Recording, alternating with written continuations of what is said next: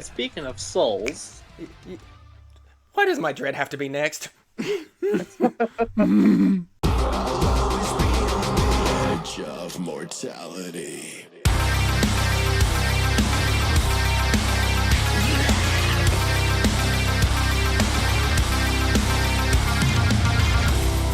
Do we have to talk about my dread? the sooner we get it over with, the better. True. Let's get the rest of the band-aid off. Yes, we're talking about Ghost Rider versus Spawn. The matchup that I didn't want because my most wanted happened with Ghost Rider. So Yeah, so, remember when Kratos came back? yep. And remember Kratos' opponent? Spawn. Yeah, guess who came back next? And here's the other funny thing, too. Despite this being your Dread episode, you still had us higher than me. I think even I put it relatively high on my list because you're up one ahead of me, so... Again, do I still continue calling him my dread? Yes, because if you know me, shock to anybody, I'm a Ghost Rider fan. To the surprise of absolutely no one. Yeah. This man loves his Ghost Rider. I mean, hey, Ghost Rider vs. Lobo is my favorite episode. Why do you think that was my favorite? but I mean, going into it, I remember first even going into this, leaning that Spawn was going to win, but everybody kept encouraging me. I think Ghost Rider's got this. And I going into it, I was still continuing my dread again. That was still one of my favorite intros I made as well. Yeah, like, after going this episode, I was still thinking, like, okay, I mean, I heard a lot of things for Ghost Rider, but how insane has Spawn gotten over the years? The answer I was curious. The answer is yes. Yes. Like, this is arguably a really good. This was really good. The way they brought back Ghost Rider and even brought back Spawn, because again, Spawn I think also needed to run back to my chagrin. Yeah, like this was the episode to do it. Yeah, like it was it was really good. Now let's get into Ghost Rider's analysis. Obviously, the analysis section. Like Ghost Rider was like the way it was done was really well done. Obviously, kind of touching base with kind of his origin story, which yikes. Yeah. Kind of gotta feel bad for Johnny. Yeah, thanks, Zarathos. And Mephisto. Right. But that's what Mephisto is. I say it. But Zarathos. But yeah, the fact of them going into the part of Target, how Ghost Rider works, and the penance there, and going even with the I think the Damnation Stair is what it's called. Yeah, Damnation. Yeah. It was really well done. Like, we'll talk about that. Obviously, talking about all his weapons that he has, and the fact of the matter is how powerful Zarathos is. Yeah. Another detail I like too is like, oh, Johnny hasn't been not the only Ghost Rider. This has been going on for over generations. Yeah, there's Robbie Reyes. I can't remember. There's so many other Ghost Riders. Yeah. Over the years, there's been a lot of different Ghost Riders. And then learning more about how each one of them work and how powerful each of the Ghost Riders can be. But also the weaknesses of Johnny and the Ghost Rider or Zarathos, because they don't see eye to eye. Yeah. Unfortunately. Again, it's like an odd married couple, those two are. Good way of putting it. Yes. But yeah, going back and learning more about Ghost Rider. Obviously, seeing Ghost Rider come back made me smile, even though it was to my dread and chagrin.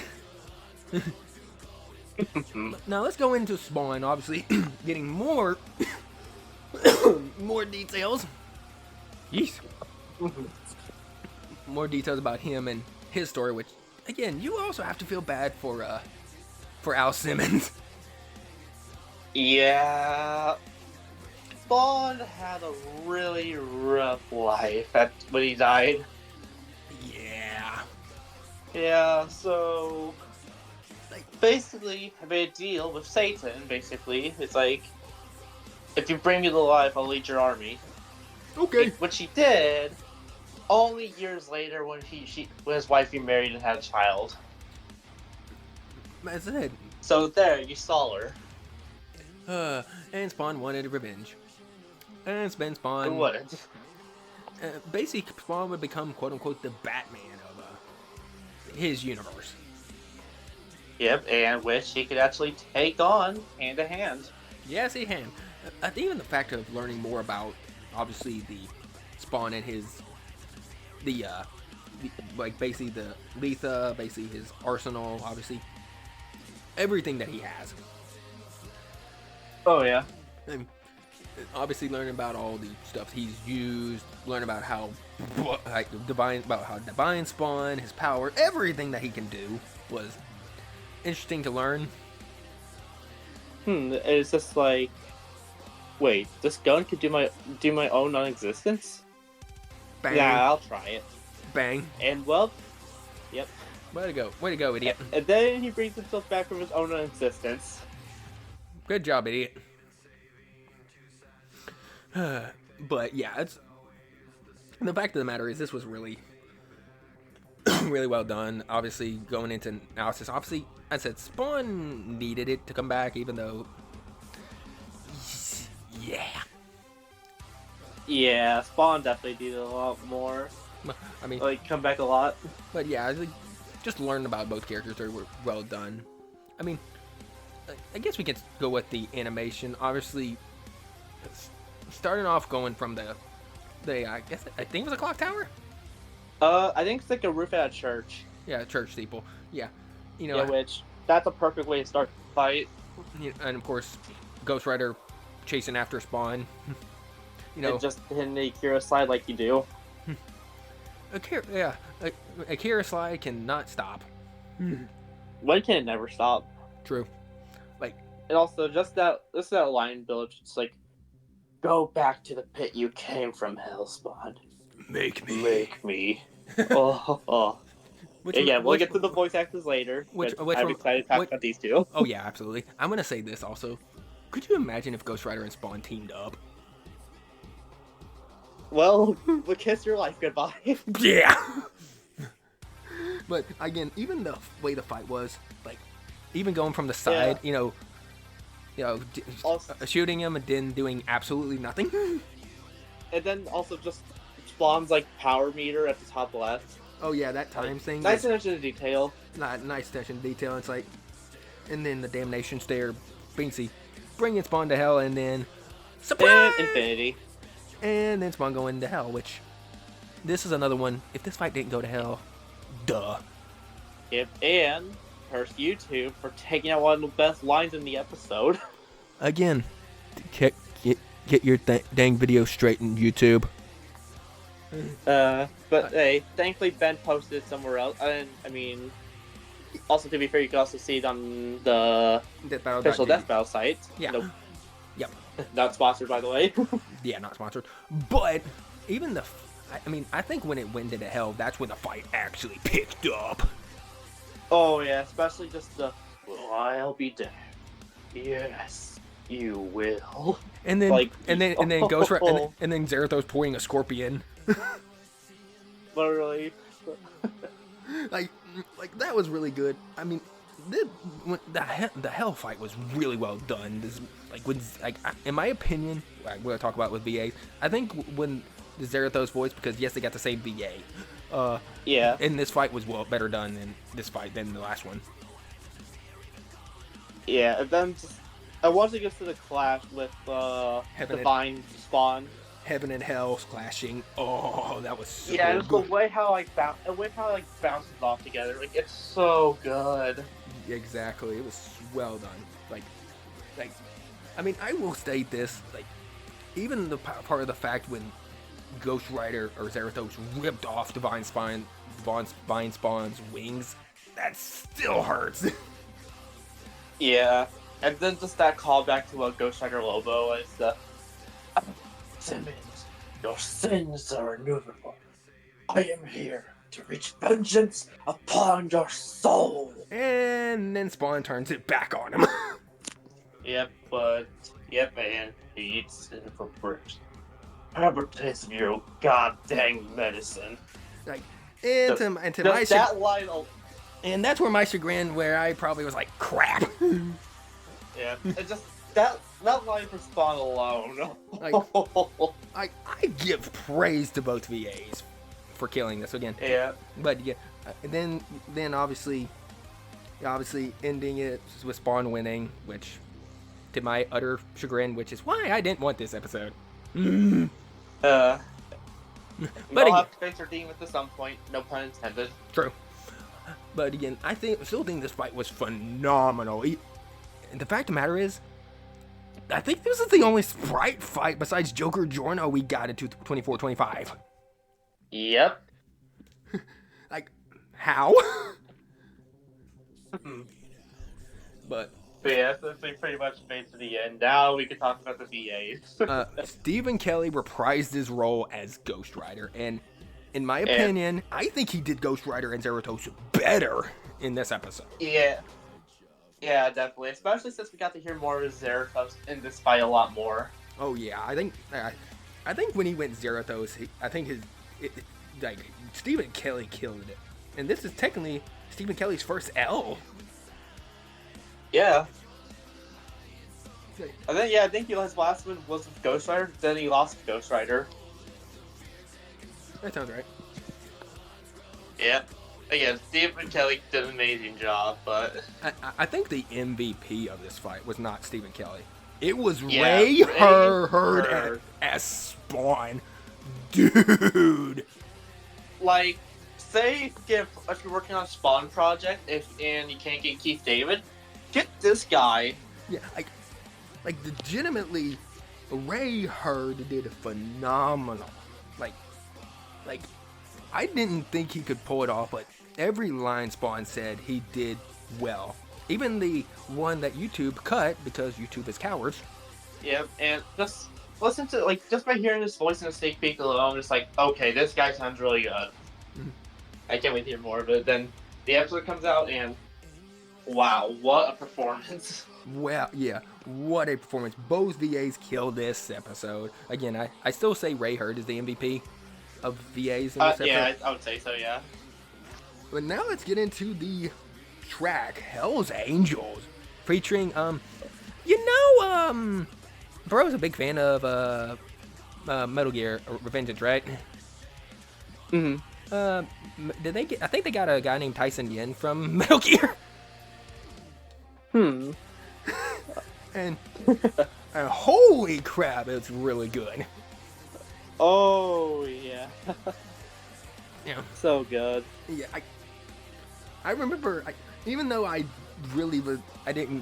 was not looking forward to when I rewatched this episode, that was one of the things I was really happy to go back and listen to was Hell's Angels.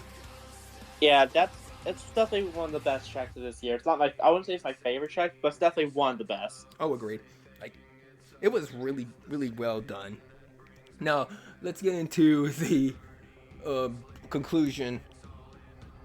Now, people will ask, do I agree with Ghost Rider losing? Sure, yes, I agree. Ghost Rider loses. I can come to terms with Spawn winning. It hurts me to say, but I can come to terms with it. I'm just going to say, I just gotta make this joke quickly. It's like, wow, your favorite character losing, and you agree with the results? Yes, I actually agree with the results. I'm not a. Yeah, I'm not make that joke. I am not a petty person. They can't. I respect you for that. Yes, and the reason is obviously they gave Ghost Rider the power advantage, strength and power advantage, because Marvel's universe is a lot bigger than Spawn's universe. Yeah, definitely. But then we get to the other stats, and well, that's where Spawn takes it. Yeah.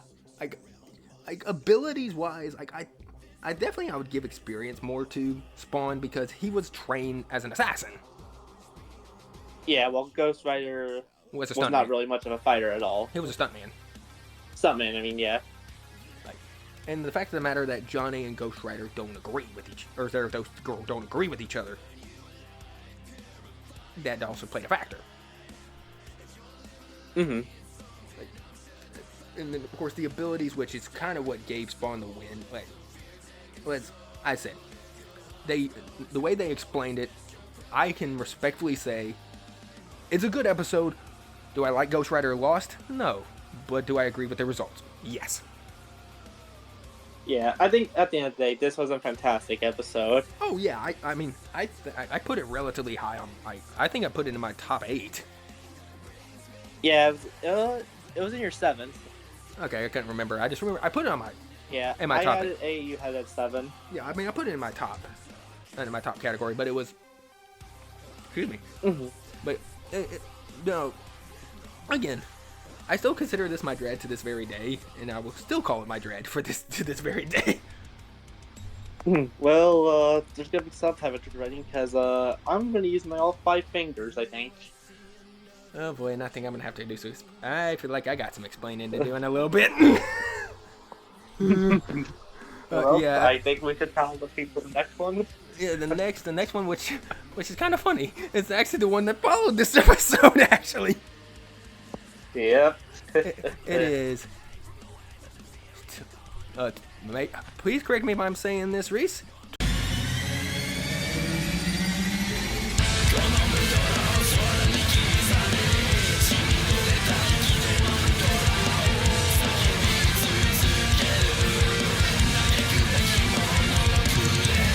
Homuro Shigaraki versus Mahito? Yep.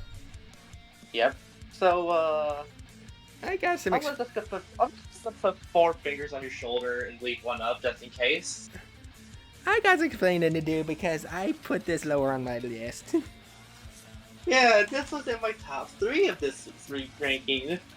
Yeah, unfortunately for me, this was my 11.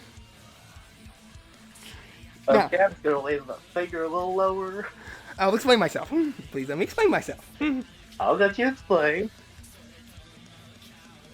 Short story. I like more episodes. I like the other episodes more.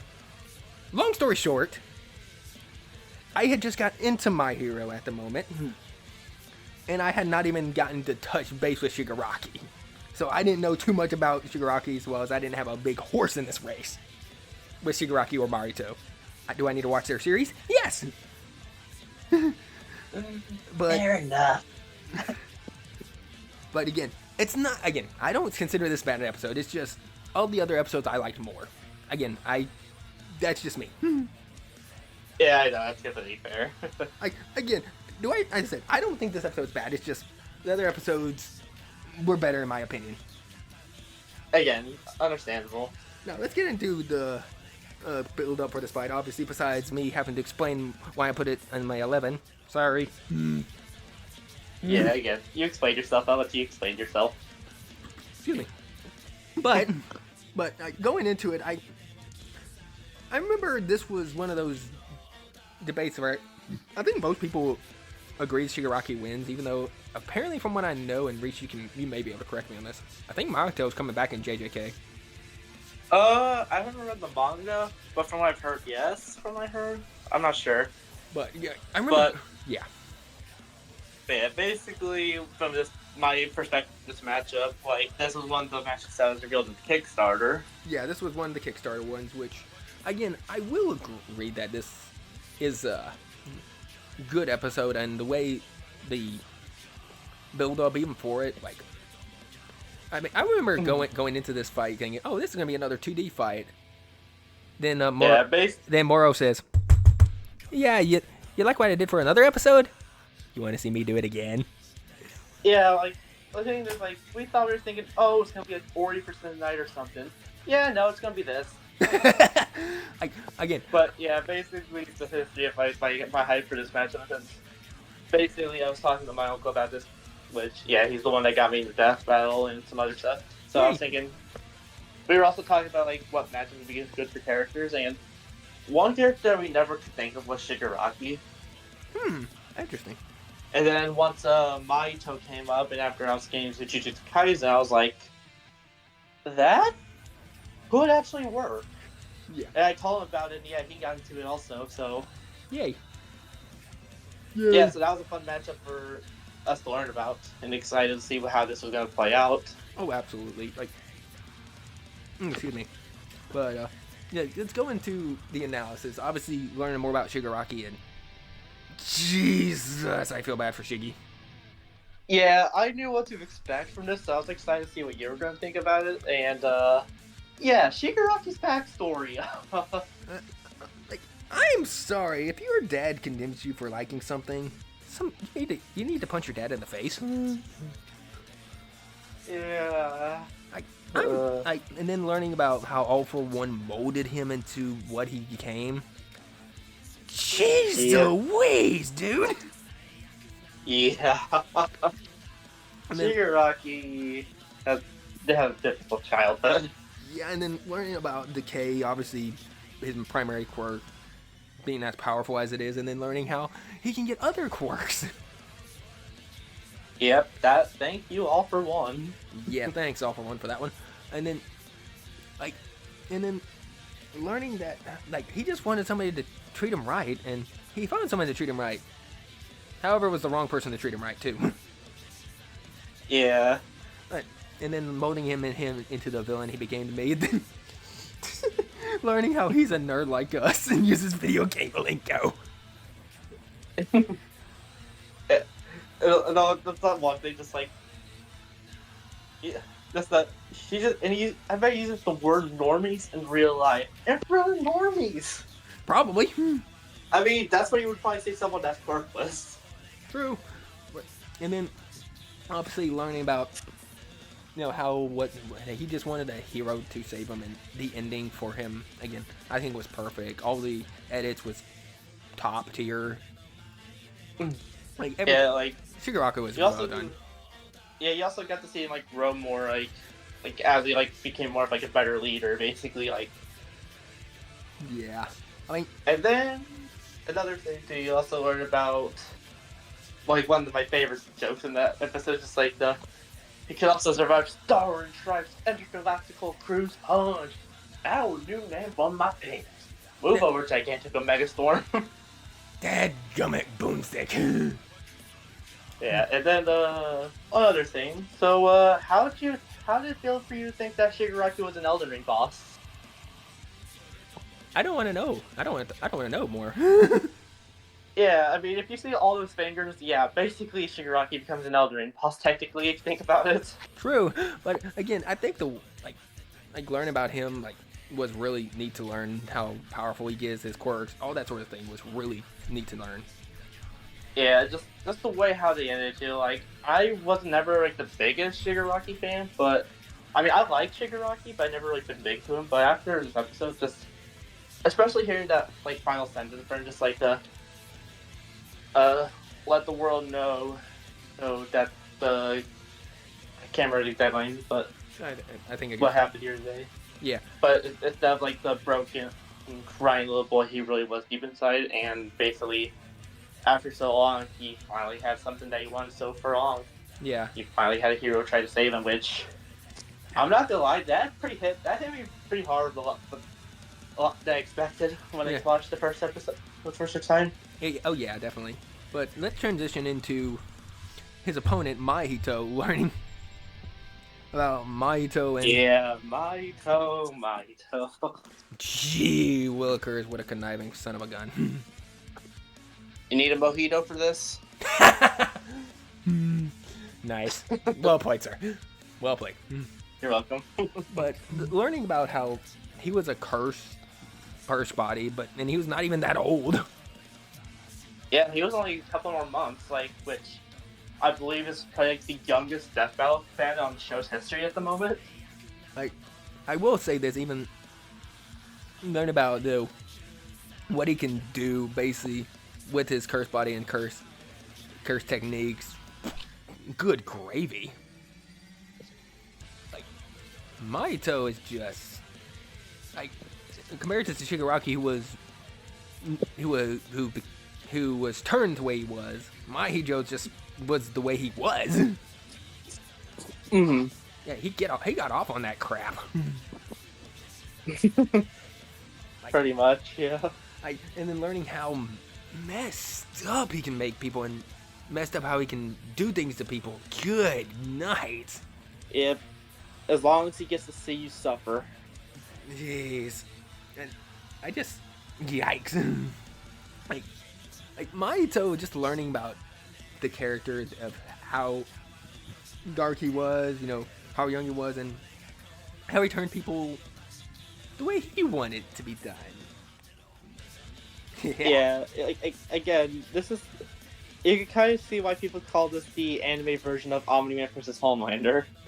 Yeah, because it was. It also, I just love the it's like, and after that, he just turned tail and ran away like a... Yeah, because he did. Yeah, it's all of a sudden, death became scary all of a sudden for you now. I mean, and just, just all of his techniques and all the things he can do was really neat to learn about. But now we should get into Moro's animation that surprised all of us. Yeah. Oh boy. Moro, are you okay, man? Because that was fantastic. I mean, I was gonna say he probably had his hands full for the episode, but I think he made it work. With a plot twist, I think, correct me if I'm wrong, Reece, didn't he also get his sister to help him with this fight? Yeah, at the start of the fight, yeah. But yeah, it was really, really good. Obviously, the way that it started off in the subway was really... Oh, yeah. And just by the way how it's gonna start, like, just by seeing just, like, the vestiges being destroyed after being hit by Mahito, it's just, like, Chef Kiss, whoever had that deep thoughts, just to destroy a vestige after every time Shigaraki gets hit. And then, yeah, it's like, that was a good detail. I mean, even the fight, I think, like, again, we're going to talk about the VAs in a little bit. I swear, Mahito was having a fun time. Oh, yeah, definitely. It just the start, the lines at the start, though, too, just, I've heard of villains thought in these parts. My organization's gonna tear this world around us. We could use a freak of your talent. Little me, do I want to be king of the social rejects? How about I bring him your head instead? Fine by me. Let's call it your audition. Sick 'em. Just like, just that start alone. Yeah, and then having their no-moves. They're called no-moves, correct? Yeah, they're called Nomu. Yeah, using the no-moves as Shigaraki's just, whoop, okay, I'm just on my phone playing a game. Whoop, okay. Yeah, like, it's so casual that I love it. And then, obviously, bringing in the fight. And then, obviously, him going, game over. It's like, and Mahito going, did you actually say that? Oh, gosh, Yeah. how lame. And not only that, dude, just have you just go for the cancel mechanic like you did with Yuji. I love that reference. Yeah, it was really good. Yeah, that was really good. It just punches about the hell out of it. Like, and going in even to the subways part. I mean, I will say I think the least part was in the fight in the subway train. I think that was probably my least favorite section, but it just looked a little bit janky in my opinion. Yeah, I just love that part though. It's like the start before they get into the subway train. It's the audition over. Just licks the blood off his hand blade. Just, did I get the part? That was like that is Mahito right there. Yeah, and then turning into the quote unquote Elder Ring boss form. Yeah, we had our hand armor with Shigaraki, and I always forget that final transformation from Mahito. Yeah, I don't remember either, but and then like that's when the fight really picked up for me. And then I think one of the facts of the matter, whenever it gets to when he goes, that all you got, domain expansion. Yeah, that's cool. But before I get into that, there's a little Easter egg I love in the fight. Oh. So when Shigaraki like decays the part of Maito's face mask, Mm-hmm. that's what he did to Nobara in Jujutsu Kaisen, Oh. basically. Oh wow. Yeah, so that's a cool little Easter egg right there. Oh, interesting. Neat. But yeah, like going to that and obviously having the, you know, the Maito's line, just scared little boy. Like, oh gosh, you're like, jeez. And then transitioning into all for one section. Yeah, which hey, him sitting up as Sukuna does, like, fantastic. Then the hands off my masterpiece. Yep. And And then we get to my personal favorite line. yeah, that next line for Yep. Shigaraki was one of my favorites too. Yeah. I feel your soul. You only hate me because you were born that way. I hate them for a reason. You grow up. And you see Mahito just running away. But I feel like I'm obligated to with this.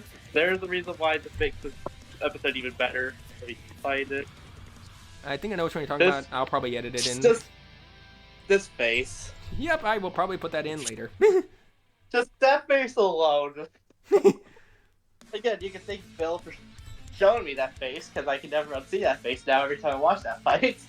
But again, I will say this. Now you can see it too. Even though, as I said, going into this, I don't think this episode was bad. I put it low just because at the time I didn't have a horse in this race. Again, completely understandable. But do I think it sold me more on Naruto and JJK? 100%. Oh yeah. But let's get into the VAs who absolutely killed it. Well, we said he was going to be back later, and here he is again, Tom Schultz. As Shigaraki. Which, I gotta say, in my personal opinion, this is my favorite Tom Schultz performance that he's ever done. Wow, that's a, whew. I mean, because it's like, I've heard Eric Vale's Shigaraki since I watched the dub for My Hero, Mhm. and that's a pretty well spot-on impression of Shigaraki, I think, in my opinion. Yeah, he killed it. I mean, the monologue worked well. The ending monologue was what I think you said was the best line he did as Shigaraki. Yeah, like, again, why do you think he won best performance in our server? True. I mean, but even the same context, Sean Chiplock as Maito, dude, he sounded like he was just having fun playing Maito, voicing Maito in this fight. Oh, yeah, that too. And he also sounded like the original VA from the clip that Bill posted Like, during the labs. Like, he sounds spot on, too. yeah, he was really, really done. Obviously, we didn't talk about the kill shot, but Shigaraki decaying Maito because, to the surprise of no one, yeah, that's how he killed him. Yeah, like, it had to end like that. But both of these characters, like, the dialogue in this fight is what I think made this episode so good. like, Oh, yeah. like, say what you said about the fight itself. The dialogue, man, was perfect.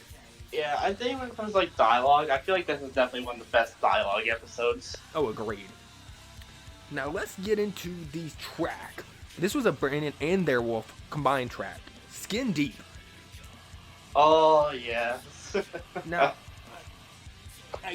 and granted, Brandon was actually speaking Japanese for this track. Yep, indeed he was. Even though But, I will give a minor critique. I don't think singing Japanese is his best, but it's still good. yeah, I mean, to be fair, it's really hard to do, to be fair. So, yeah, I give him bonus points for that. I guess that's it. I mean, it's not my favorite track of this at 24, 25, but it's still a good one.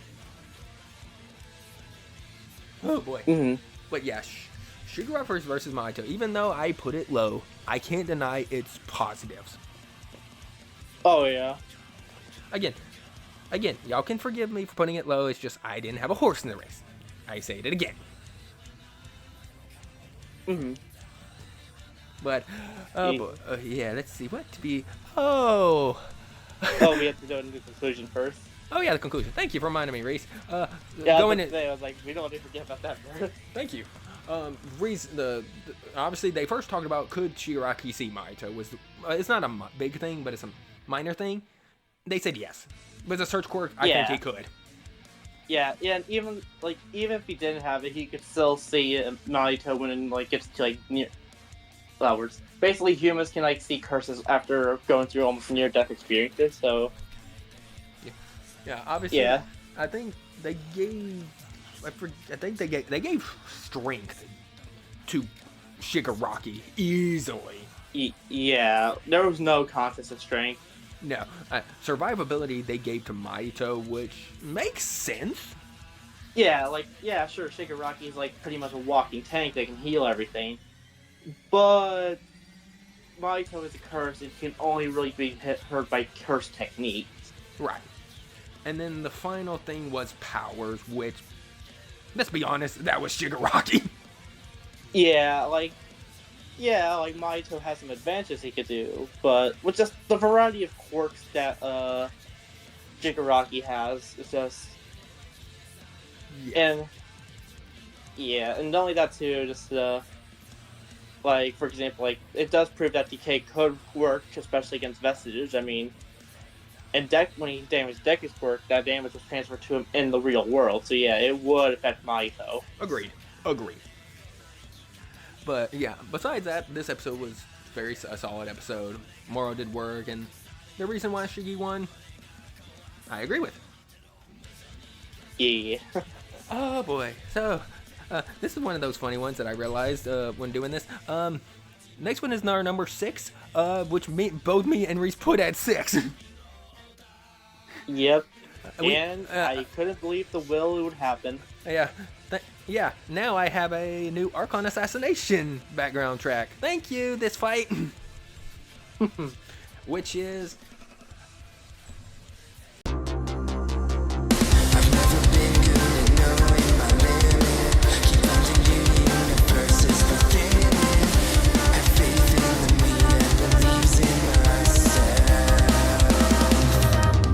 Simone the Digger versus Kyle Rayner. Yeah, this one was a really hard one to choose for you to put where. Agreed. I wanted to put it higher, but it's these episodes are also good too. Exactly. This was so good. Let's go into before this. Simone versus Kyle. I remember this fight was asked for a long time. Obviously, this probably being one of Brandon's most famous versus tracks, Will the Drill. Oh yeah, definitely. Will the Drill, say what you say, that is one of Brandon's best tracks he's ever made. And I feel like this pushed this episode more, even though this was also after a certain other Lantern fight that we don't need to talk about, but I'll probably talk about it when we talk about Kyle's analysis. Yeah, it's a story for a different time. Yeah, but the fact, anyway. Going into it, I was dreading this, but I was also really happy for this because I thought it would be cool. Oh yeah, definitely. But yeah, this was really neat to see. Obviously, the debate for this was well done from both sides. And the respect for both Gurren Lagann fans and the DC fans for that, Kyle Rayner, was very was awesome to see. And I think one thing that kind of because the whole thing we were worried about, the reason why this matchup is happy because it's a spite fight, but not all of it was technically true because there was someone on the Robustcast that helped prove that. Thank you, Bang, for that. Yeah, so we all got hope for pretty much. Yeah, this was not going to be just a spite fight, but thankfully that was the case. Oh, absolutely. Yeah, this now again, I think I listened to a lot of Will the Drill coming up on this fight. Yep. But again, what can you blame? That song is a bang. And also, apparently, nice. Apparently, also, I was a prophet, quote unquote, and saying we're gonna get Will the Drill Part 2 when Brandon Yates did a remaster of this track before this episode came out. Yep. What are the chances of that, Reece? I don't know. Exactly. What has not been chances? True. But We'll get into more of that later. but now let's talk about Simone. Yes, Simone the Digger. Again, I'm gonna say this going into this. Gurren Lagann is a great anime. You should watch it. Oh yeah, definitely. Like I watched, okay, it's only 24 episodes. I could check out for the episode, and wow, Yeah, it was great. it's a really good episode. Again, if you've not seen it, go watch it. Yeah, definitely, I would highly recommend it. Learning about, obviously, talking about Kamina, which kind of played a factor in Simone's story with Gurren Lagann. Learned about how the mech became the way the mech is. And Yeah, and I know Purple's not here right now, but I'll say this for him: he's the GOAT. yes, even though spoiler alerts in 3, 2, 1, yeah, he dies. Oh, now I say spoiler alert. If anyone gets that reference, props to you. But the fact of the matter is, and how that became Simone's character, and how it became amazing, how he controlled Gurren Lagann, and the way he made Lagann so powerful. Because yes, Gurren Lagann is his mech, Yeah. and learning more about how this is the first time I think we had ever dimensional scaling. Yeah. Oh god. Okay, I'll leave my brain at the front door. Okay. No, you just post get that cure post whenever he thinks about Simone Kyle. True. But yeah, this just trying to do stats for Gurren Lagann. I'm just like, what? Exactly. Learning all about the weapons of the drills, different type of attacks, all things he's done, characters have done. Again, Simone is an inspiration. I'm just gonna say it. Yeah, and also voiced by the one and only Yuri Lowenthal in the dub. Yay, Yuri! I love Yuri. We all love Yuri. True. Yeah. And also, that speed feat still. At least we now have somebody who broke the SpongeBob feat. Wait, what? Did I say that Yeah, out move loud? over, SpongeBob. You've been dethroned. I don't think anybody's gonna touch that feat. Yeah, if anything, it's not gonna be for a long time. Yeah. But now, I think we need to transition over to a certain White Lantern, shall we? Yeah, Kyle Rayner. And then, learning how he became a Green Lantern to start off. Like, and how he's kind of like us. He's a nerd. Again, very inspirational. And he also has his own favorite type of creations. Mechs. That he definitely didn't reference Gurren Lagann at all. No, not at all. Yeah, no. But it does look familiar, though. Yeah, it does. But I'm gonna say this, and I state this with pride and joy. All of you Ben 10 versus Hal fans, after thinking that Ben wins, after this, I think it stamps the approval that, yeah, Ben ain't winning. Yeah. Yeah, like I said, I'm a Ben 10 fan, and if I can say that, I'm a Ben 10 fan here, and I agree. I'm sorry, he ain't beating Hal Jordan. But we're gonna stop talking about that before we get into that territory. That's not. Yeah, we don't want to go in anywhere like that. Like again, back to Kyle. Kyle. But yeah, Kyle, all his constructs that he can make with the ring. Whoa, so good. It's so pretty. Also, how he references so many things, from samurais to dragons to video games to mechs to a lot of things. Yeah, pretty much anything a Lantern could come up with. And then, obviously, learning the story of how he became a White Lantern, which, unfortunately, from what I've heard from other people coming in, it's not the best, like when he became a White Lantern, but that story of him becoming it was really neat. Yeah, and also, thanks to that comic, that's how we got the term fridging, which I'm like, Jesus. I still feel bad for Kyle on that one. Yeah, I did not think that's where it actually came from, but that's how, wow. Yeah, just wow. Yeah, but it's a really, really good part of this episode. Kyle, I said, learning more about Kyle, again, I have more inspiration for Kyle, and I can relate to him more. Like, he was a great character to learn about.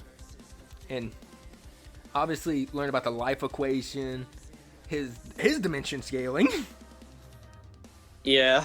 and all the sort of stuff that happened with his story. Like, it's amazing just to see how the different lanterns work.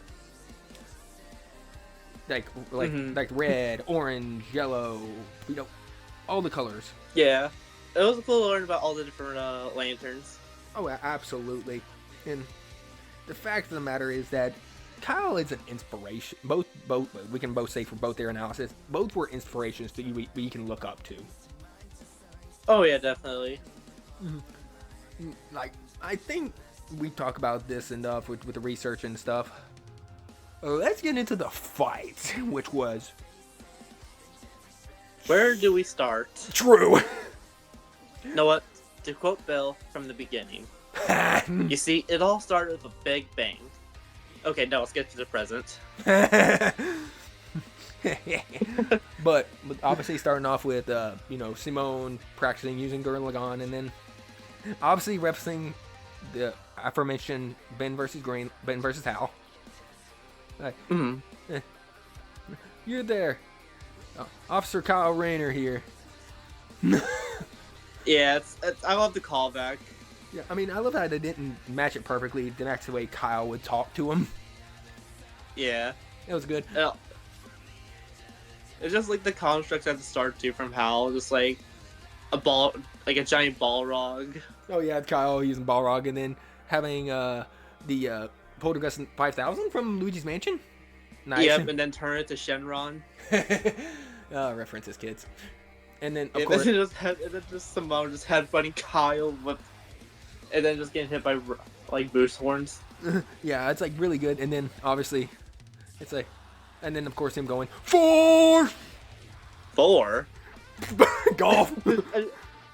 Yeah, that was... Whoever came up with that was brilliant. Again, I think we can shout out to... I forget his name now. Oh, they had him on after... Oh, what was his name on the Burlesque cast? They had him... Crap. Bang? No, it's not Bang. It was the person they had. Oh, not Bang. He's one of... John Mitchell. Oh, thank you. That's who it was, thank you. Yeah, John Mitchell, this was John Mitchell's fight, and you can tell how much he wanted this and with the episode itself. Oh, yeah, definitely, like... Yeah, he was really passionate about this. And it showed. Like, and even the line delivery from both Simone and Kyle were so good. Oh, yeah, definitely. Like, we'll get to one part in the fight in a bit. It's just the transformation, the scenes, like, turn the Tengen Toppa Gurren Lagann, like, with the English text at the bottom and Japanese at the top. And then you see a few references, including one boot. Where did I see that before? Yeah, and not only that too, just that huge construct that Kyle makes of Superman, basically, with the Wonder Woman's shield. Yeah, that was just... And then, obviously, I think they did the intro for Gurren Lagann with the they back and forth dialogue. Row Fight the Power. Yeah, that was like so good. Yeah, just we do the impossible, see the invisible, touch the untouchable, break the unbreakable. If you didn't know, now you know. Now you know. Like, that was brilliant. Very brilliant. Like, obviously the probability measures, and then of course the I can't remember whatever the rope's been, the best wife in the universe, but I can't remember that part. The best wife in the universe swing. It's like, and then the line of like, if there's a wall, mate, I'll trash it down. Yeah, and that was really cool. Going through the I can't remember what wall I can't remember what it was called either, sadly. But yeah, and then going into Kyle having the life equation. And then and then in the life equation, obviously using that. And then obviously you see Kamina go, believe in the Simone that can believe in you. Oh! Yeah, and not only that too, like, I know we're not in the track yet, but just that drop at the start too. Oh yeah! And then, obviously, then you get into the next level of Gurren Lagann. Super Tengen Toppa Gurren Lagann. Of the drill. Which, Yes. And then of course the drill, and then Kyle's just like makes a drill out of all the lantern colors. Oh, I love that. Yeah.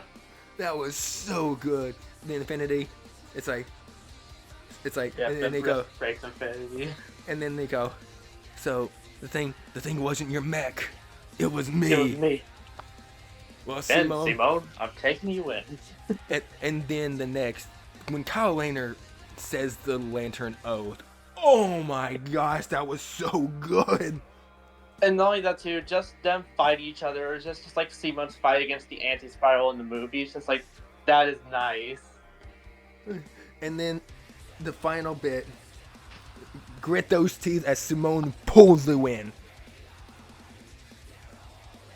Oh man. And then Kyle's next line, you would make a good Lantern. And then the rings, Simone of Earth, you have been chosen. Just who the heck do you think I am? And with the Gurren Lagann the end credits at the bottom right. That was so good. Like, this fight was more than we wanted, and it delivered. Oh yeah. This was like 1% sprites, 99% hand drawn. Yeah. Like, this was phenomenal. Definitely. Now, Yeah, and now we can talk about the wonderful voice actors in this. oh yeah, the wonderful VAs. We have, remember Kieran Reagan? He comes back and he does Simone. Yep, and I was really surprised they got Kieran for this. Like, I was only thinking they're going to get a Nicholas Andrew Louis, because he usually does great with Yuri Lowenthal characters. However, I'm gonna say this: Kieran did a pretty good Simone voice. Oh yeah, he did fantastic. Yeah, he did really good. Like, every line he delivered. Again, we talk about the line deliveries on this episode. These were hard-hitting lines. But also, we can talk about also with good lines. We have Brandon Acosta as Kyle Rayner, which he did a phenomenal job too. Yeah, and considering how hard it is to actually get an idea for Kyle lines, because since he's never really had that many roles in the animation or anything, which DC, give us more stuff in Kyle Rayner and animated stuff or something, please. Absolutely. But yeah, from what he was able to make him do, he did fantastic.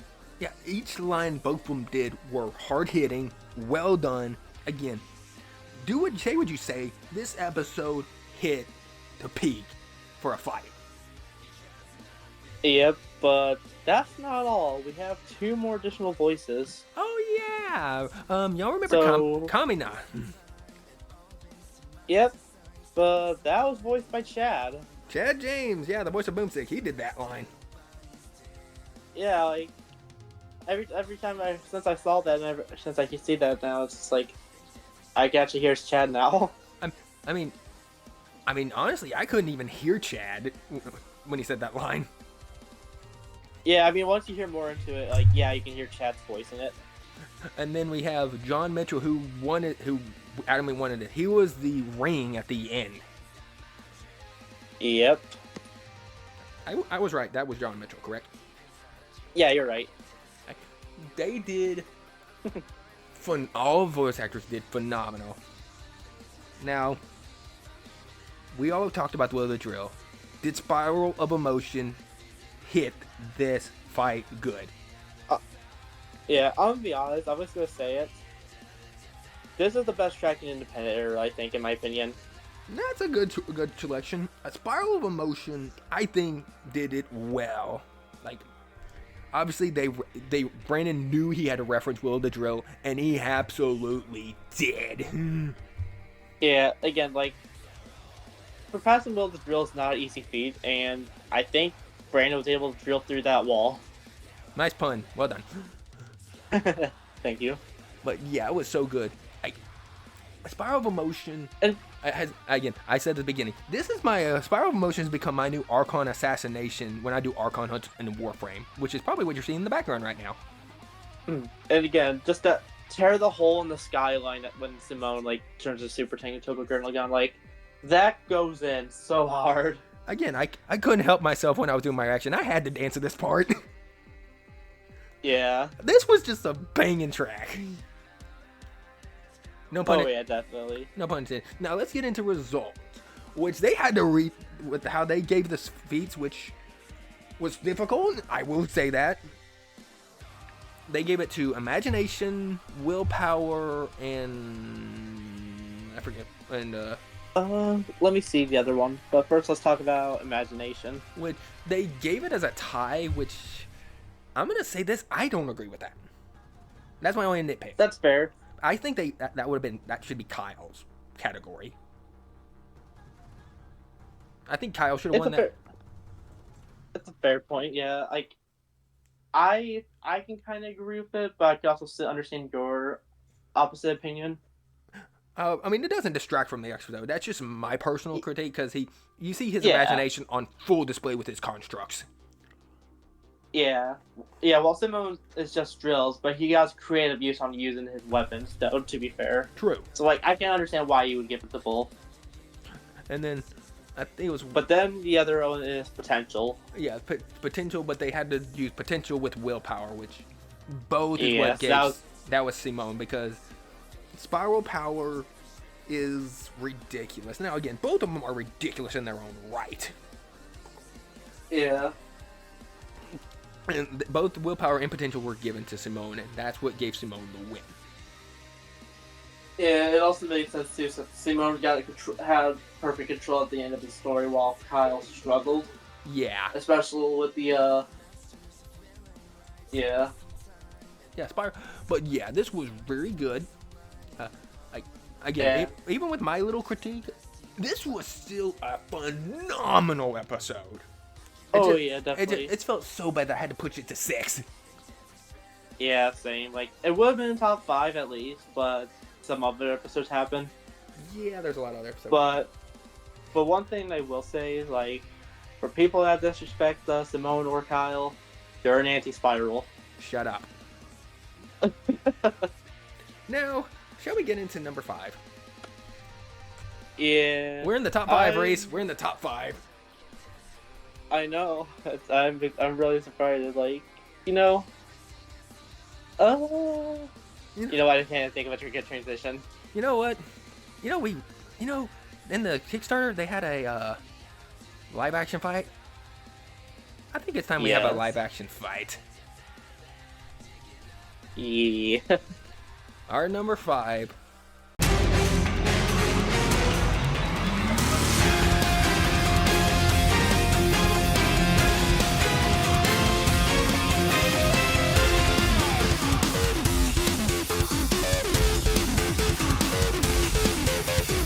Is Blade versus Buffy.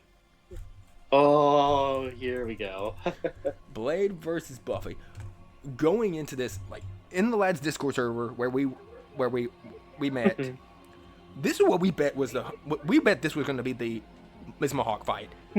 Dadgummit, we were right. Yeah. Yeah. This when this was announced, me Reece were pumped. Yeah, like as soon as I saw like the DJ club, I was like, wait a minute, this is Blade versus Buffy, isn't it? And then you see the glasses, and they're like, oh, this is gonna be good. And then you see the Mohawk, it's like, yes. And the thing is too, it's like those weren't shots from like the official shows and movies. Oh no. Those were shots for the fight. Yes, because this was the live action Mohawk fight, which was. So this got even more hyped. Yep. I mean, we're gonna get into this later. Like there was a lot of cameos in the fight itself, but we'll get into that when we talk about the animation, the fight. Oh yeah. I think we should get into it because I think we're gonna talk more about the fight for this one. Yeah. Let's talk about Blade. Blade, obviously, knowing about Blade, and this is one of those things, and this is for both analysis. I'm just gonna say it now. This is where my critique comes from. Oh yeah. With what they did, it paved the way that Buffy was gonna win. Just plot twist. Oh, they like gave it away too easy. Yeah, I understand that. However, that's my only negative. That's fair. because this episode was killer. No pun intended. Oh yeah. Oh yeah, definitely. But Also, I just love Wiz's reaction to like the vampires in the Marvel universe. It's like, and Dracula is real. What, Avengers? Why aren't you doing anything about this? He's right there. I mean, I mean, so back to how Blade came into being. Gee willikers, you kind of got to feel bad for the dude. Yeah. Like, Blade has had a rough life. But again, that can be said for a lot of characters. I mean, what's worse, his rough life or his rough first costume? Yes. Which, I'm sorry, that costume is terrible at the start. Agreed. Again, then we But get... hey, he got an upgrade. Yeah. Thank you. Oh, man. I'm forgetting the actor's name. Wow, I feel terrible. Wesley Snipes. Thank you. Like, Wesley Snipes' portrayal was... Obviously, when you think of Blade, you think of Wesley Snipes. Yeah, definitely. Like, and I also love that's where they got the idea to go with the martial arts for. Oh, yeah. Like, obviously, Blade's been doing this God knows how long. Yeah, pretty much over 100 years. And learn about all the weapons Blades have over the years, especially the, I forget what the gun's called now. The breathing gun? Thank you. Yeah, it took me a second too. I was like, wait, that's the breathing gun. Yeah, but learning about the breathing gun and all the weapons he uses, like, dude is stacked when it comes to arsenal. Yeah, definitely. Like, like, Blade is awesome. Like, oh yeah, definitely. Blade's a really cool character. And I think even the analysis painted him in that way. And learned about all of his vampiric abilities, Dampier abilities, excuse me, because he's a Dampier. Mm-hmm.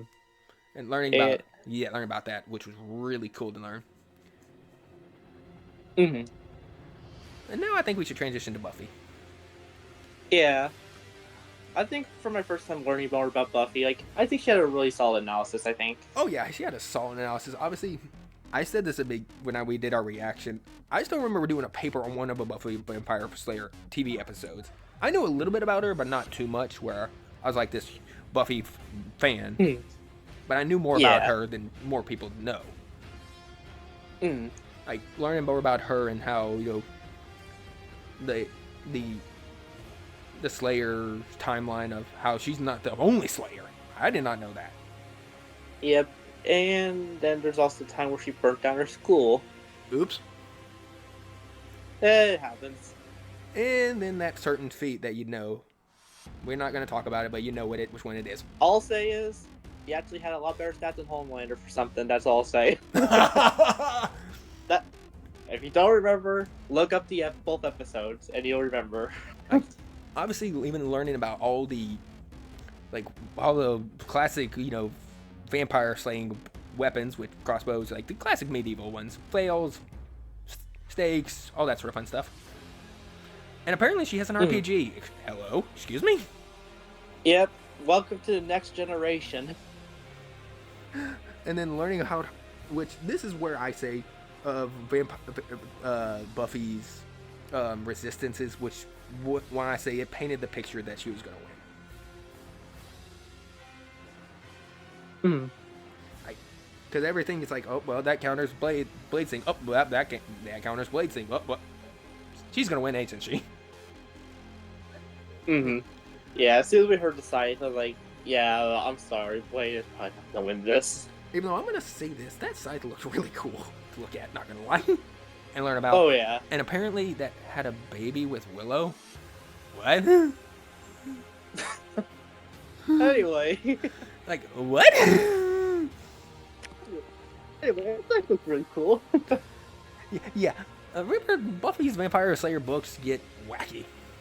But what's new about characters? Yeah, I think I'm starting to learn a theme here over like the past few episodes. Don't mess with women with scythes. True. But I think I'm starting to get that message now. But again, even with everything learned about both their characters were really good to know. Now again, let's talk about the thing y'all want to hear us talk about. The stinking fight. Oh boy, where do we go from here? Again, I'm gonna say this. Shout out to 100 people they got to voice lines. Mari from Smosh, as the quote unquote Yep. villain to start.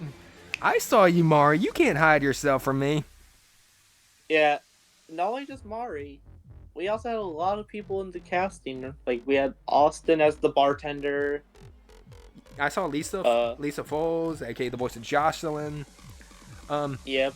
You have Chad as one of the vampires. You had Liam as one of the kills, which was one of the most hilarious ones. Which I gotta say, I feel so bad for James when they were putting on the makeup. Oh gosh. I'll explain this really quick. Go ahead. Basically, he had trouble putting on his fang, Oh gosh. and basically after he finally got him on, like he didn't want to risk taking him out. Uh-huh. And he was so hungry, so he had to take like a little rabbit bites of like a beef stick. Oh guys, I remember that now. And basically, then he was like looking at me, he was like, "Hey man, are you good?" He's like, "You can take a break." He's like, "No man, I can do this. I got this." Oh. And then basically when they finished filming, he's like, "Okay, I think we got everything." And then Chad's just like, "Are you sure? Are we good?" And then he's like, "Yeah, man, go eat." And he just like gets like the biggest slice of pizza. Again, there's still more behind the scenes stories we could tell with this episode. Oh yeah, we obviously one of the ones that I didn't realize, and me and Reece didn't realize we're watching it. The DJ was Ben. Yeah, that blew my mind when I first realized this. I was like, wait, that's Ben. But yeah, we'll get more to behind the scenes like later on. I just had to point out that one. But yeah, if we can't talk about all the behind the scenes, go watch the caps for it. I mean, we will say this too, because I feel like we have to talk with the actors with the fight too. Obviously, the person who played Blade, who Danny wanted to play him, who I think was the MVP of this fight, is Fiction. Oh yeah, Fiction was phenomenal. His stunts in this were phenomenal. Which one thing I will say, he's basically Goku, but with a sword. Yeah, for example, basically Danny was like doing like this trick with the Hellfire shotgun, like like that Terminator 2 shot where he flips the shotgun. Yep.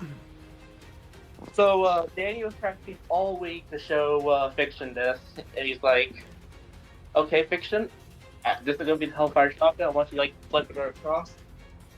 Can you do this for me real quick?" Like, okay, one try.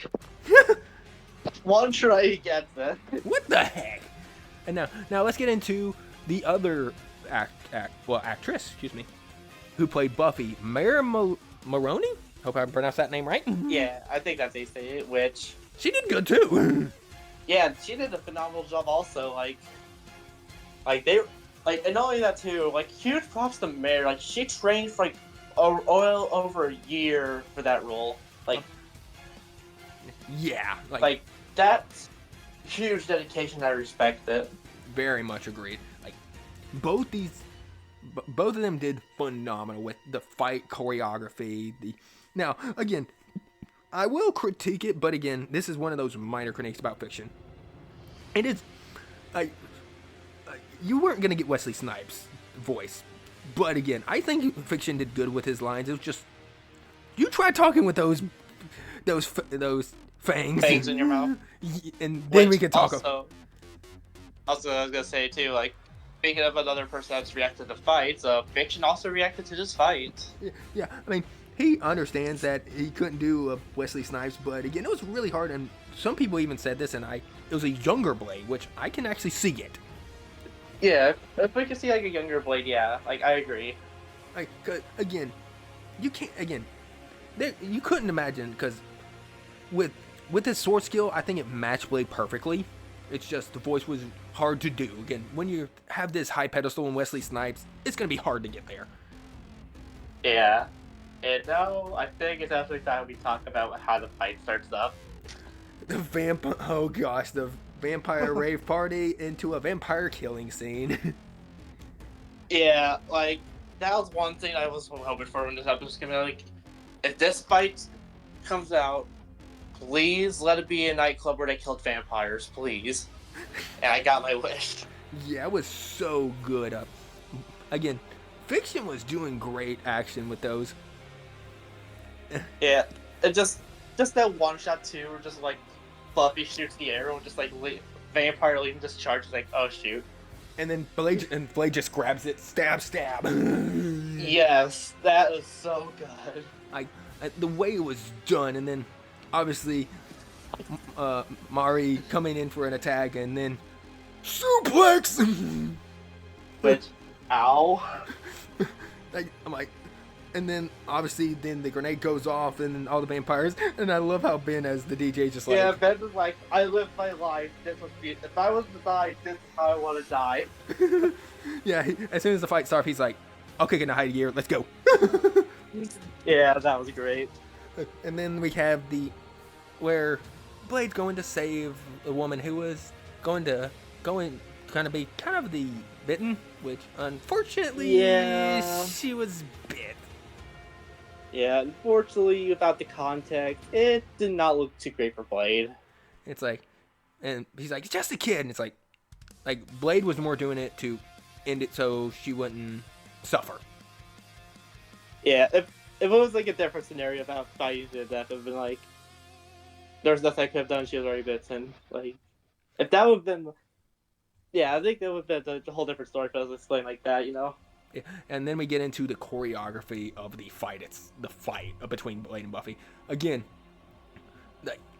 the fight was done so well. Obviously Blade cutting the arrow Buffy shot at her, or him. Oh yeah.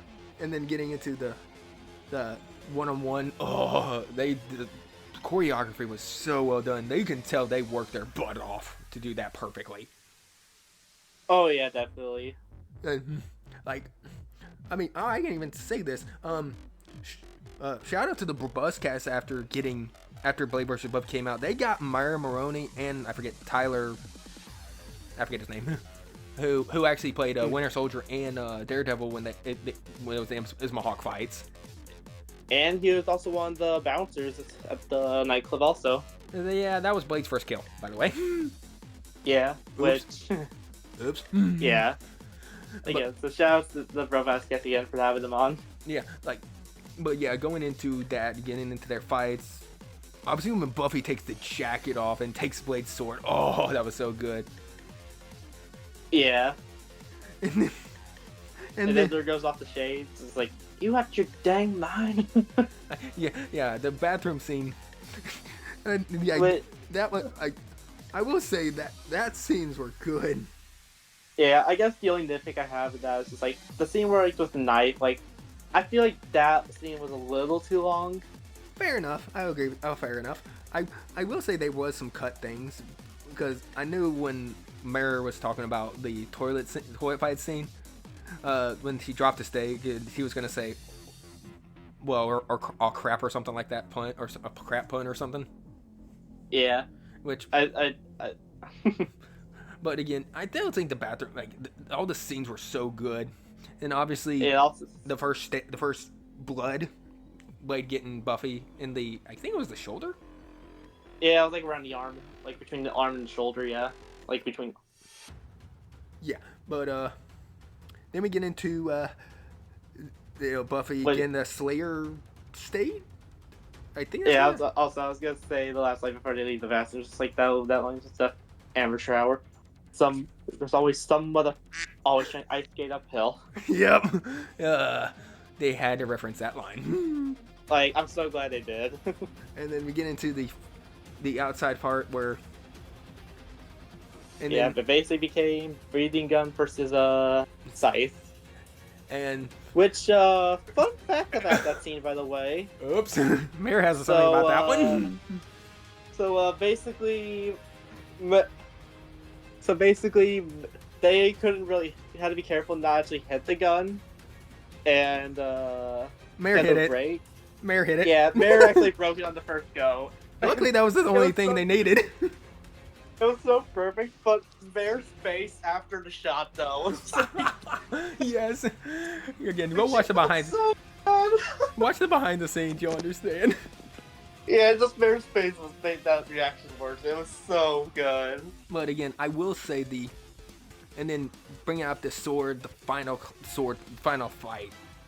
Obviously, Fiction doing every single sword trick as Blade. Oh, and then getting it, and then Slayer stayed on the Slayer side, pushing Buffy over the edge, and that kill shot. I will say, of the live action fights, the best kill shot. Oh yeah. Like into the Slayer scythe or into Blade, then off with his head. Yep. And then Buffy, Blade. and then Buffy got in with a pun. Yep. And hey, I guess by the steps was right. There really is only one Blade. Yeah. I made that joke. I had to say it. Fair.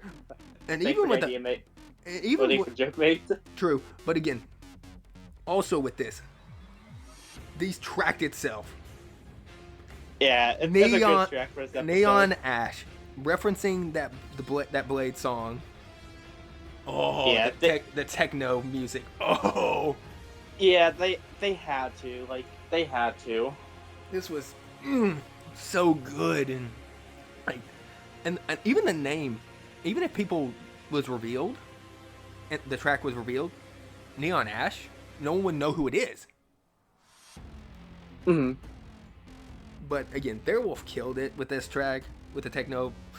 And again, this live action fight is hands down the best Ismahawk live action fight of Death Battle. I cannot wait for what they have planned for the next live action, because they need to come back. Yeah, this is definitely by far the best live action fight they've ever done so far. Agreed. Like, it was good. Again, now let's get into the conclusion, because we've been gushing about this fight. This fight was amazing. Yeah, again, we could go on all day behind the scenes, but we have a ranking to do, so. True. But they gave stats to Buffy, which makes sense. Yeah, I can see. Versatility they gave to Blade, because his Blade is. Yep. And then I think power, or was it resistances or powers? I think they get. I think it was experience. Experience. Oh yeah, experience and I can't remember the other one, but yeah, experience definitely went to Buffy Because of the Slayer state, or basically the Slayer version of the Avatar state. Pretty much. Yeah. But yeah, they gave Buffy the win, which kudos to how I didn't actually. Trump cards, that's what it was. Yeah, Trump cards, thank you. But the fact of the matter is that I didn't actually know this, that Buffy has more comics than Blade does. That was neat to know and learn about. Yeah, and then like as more of the like for the Trump cards, like as soon as we heard more of the counters as the analysis, it was like, oh no. But again, besides that, this episode was phenomenal. Oh yeah, definitely. Like, such an amazing episode. And this was the first actually female live action fight too, by the way. That's true, yeah. No, again, I want to see another Ismahawk fight. Now, what they do, that's another $50 million question. But I mean, Ellie versus Clemens right there. But yeah, that's not my personal. But again, fair. But again, that's a story for another day. And now we shall get into number 4, which I'm surprised was pushed to number 4. But again, with the other episodes we got, which makes sense. Hey, it got to top 5. I'm okay with this. Yep, and now I feel like people are going to cover my head. I think that's going to come to both our heads, but again, this good. Our number 4, because we got to behold the king, right?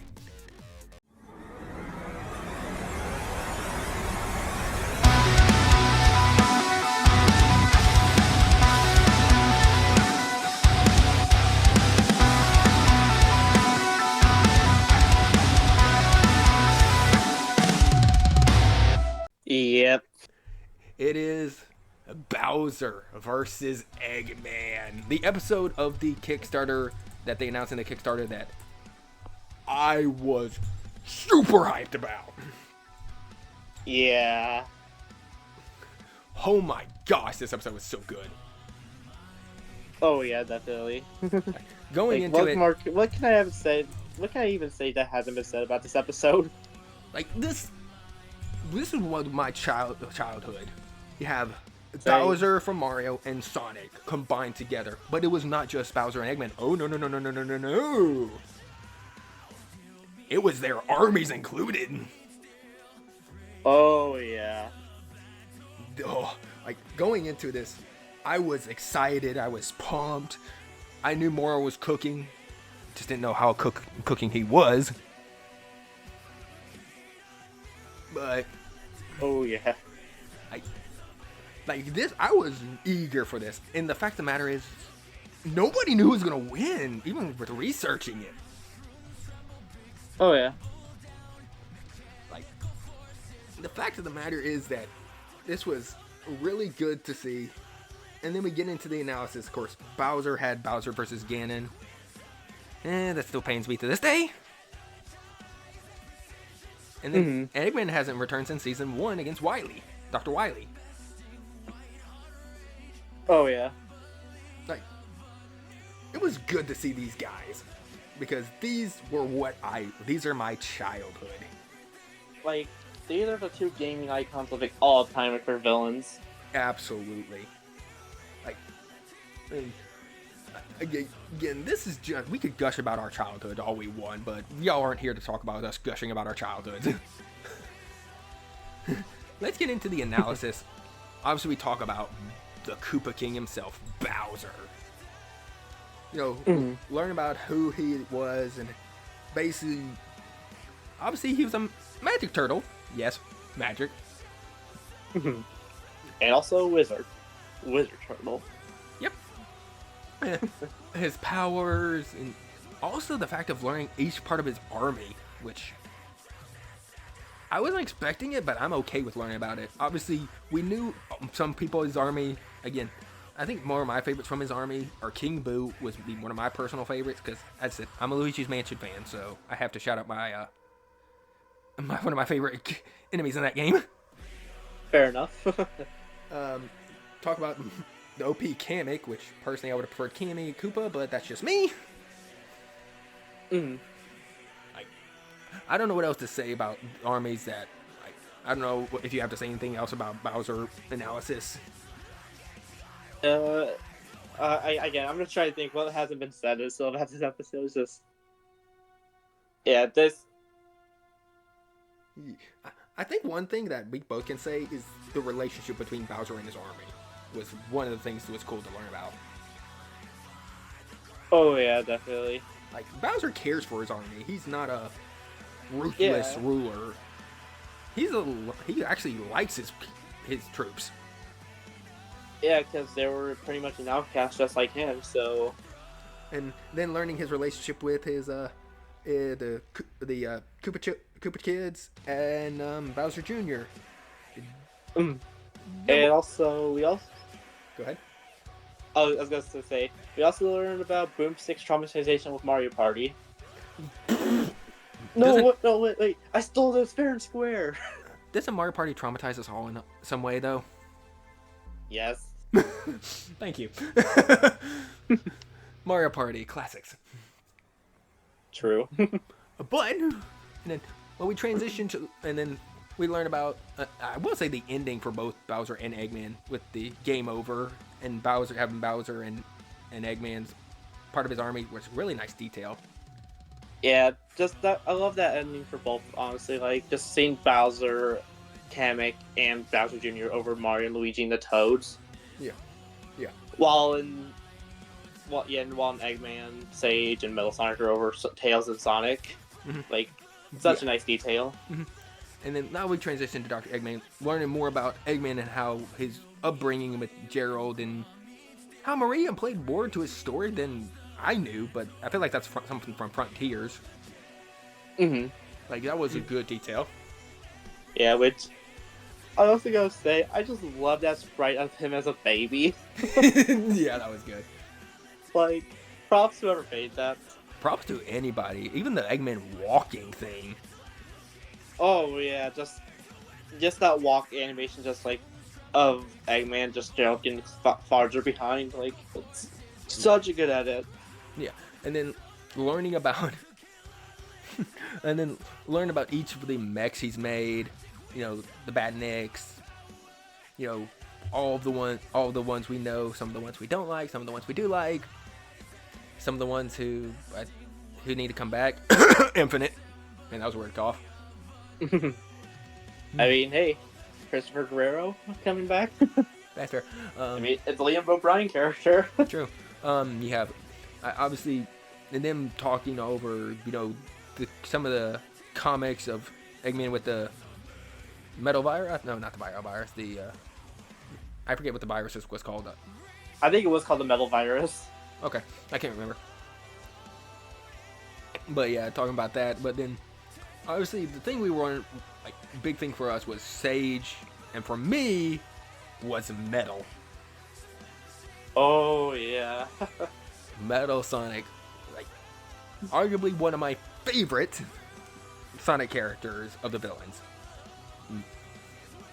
Because Metal is broken.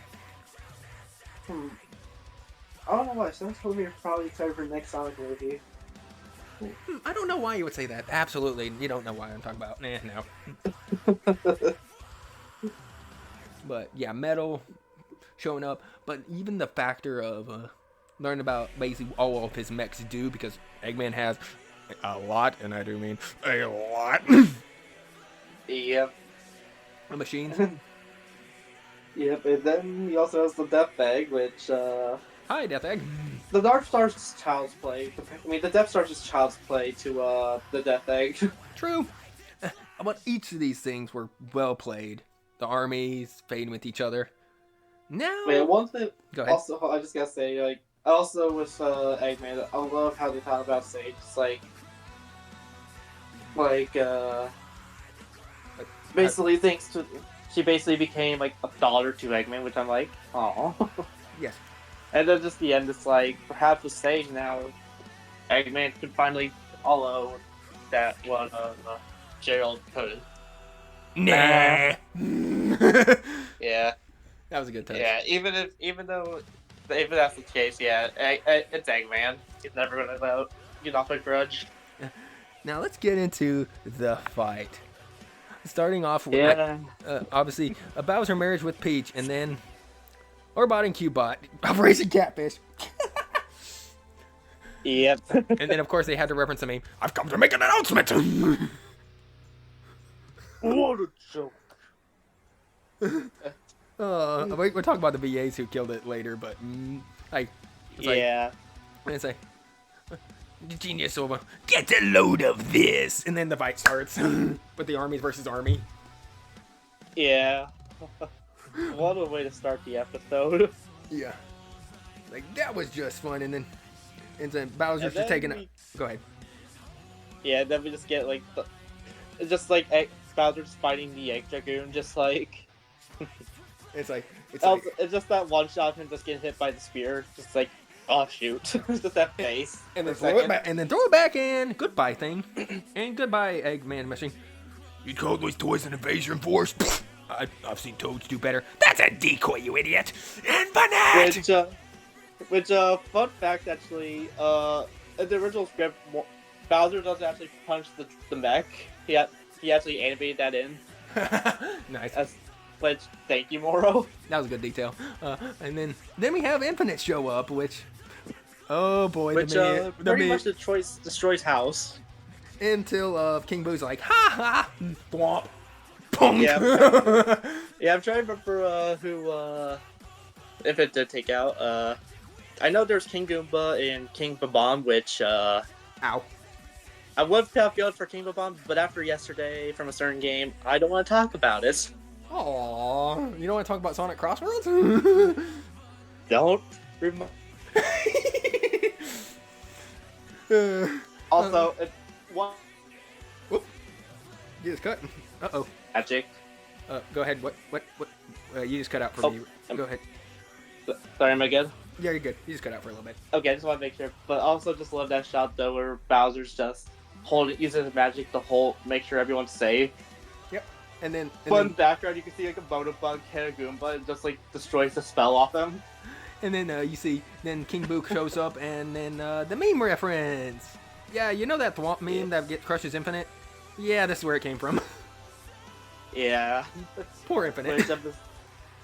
Uh, one day if it'll get something, hopefully one day. And then the fight for the Phantom Ruby and the fight with Orbot and Cubot in the I forget the trio. Yeah, I can't remember either. But then Metal Sonic shows up. And he goes ham. Yeah, It's like, with a Mario Party reference in the middle. Of course they reference Chance Time, the bloody Chance Time. When in doubt, chance time. And then, it's too late. Going to Neo. Oh, that Neo transformation. And then, I think, Yeah. I could be wrong, does that kill Bowser? I Or just takes him probably out? like either one let's knock the wind out of him, or I don't know. I really don't know. It probably could have. But then it's like, accident. And then of course Bowser Jr. realizes this, and then we get the classic, one of my favorite Bowser lines, Showtime. Yes. We get Fury Bowser. Oh yeah, which one detail I do love, which I never noticed until like the fight happened way later, is just Metal Sonic just kicking Did that take robot? Eggman out the way. Yeah. And then And Go ahead. and then this shot. oh, this what? Okay. Oh yeah, that cinematic. I clash. love that shot. Yeah, that clash with the lightning in the background. Oh, Like, that was one thing I want to see in this fight. It's like, if they're doing this fight, please give me Fury Bowser. and it did. And Yeah. and then obviously Bowser handles the death egg because honestly he would with Fury Bowser. Oh, yeah, definitely. And then he comes down crashing with his down A from Smash. Nice, it's down there. Yep. And then you see a glow. I'll crush you. We Yeah, have Super this is when the fight- Neo. Yeah, but this is when the fight really picks up. Yeah, it's like then Sage fires off robots. Kamek says pipes.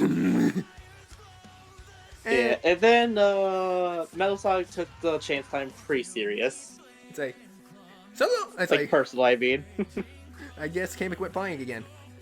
And then and then Shadow Mario comes up and blocks the way Yeah. for Metal and hits Bowser Jr., which I think that's what signed Metal's death sentence.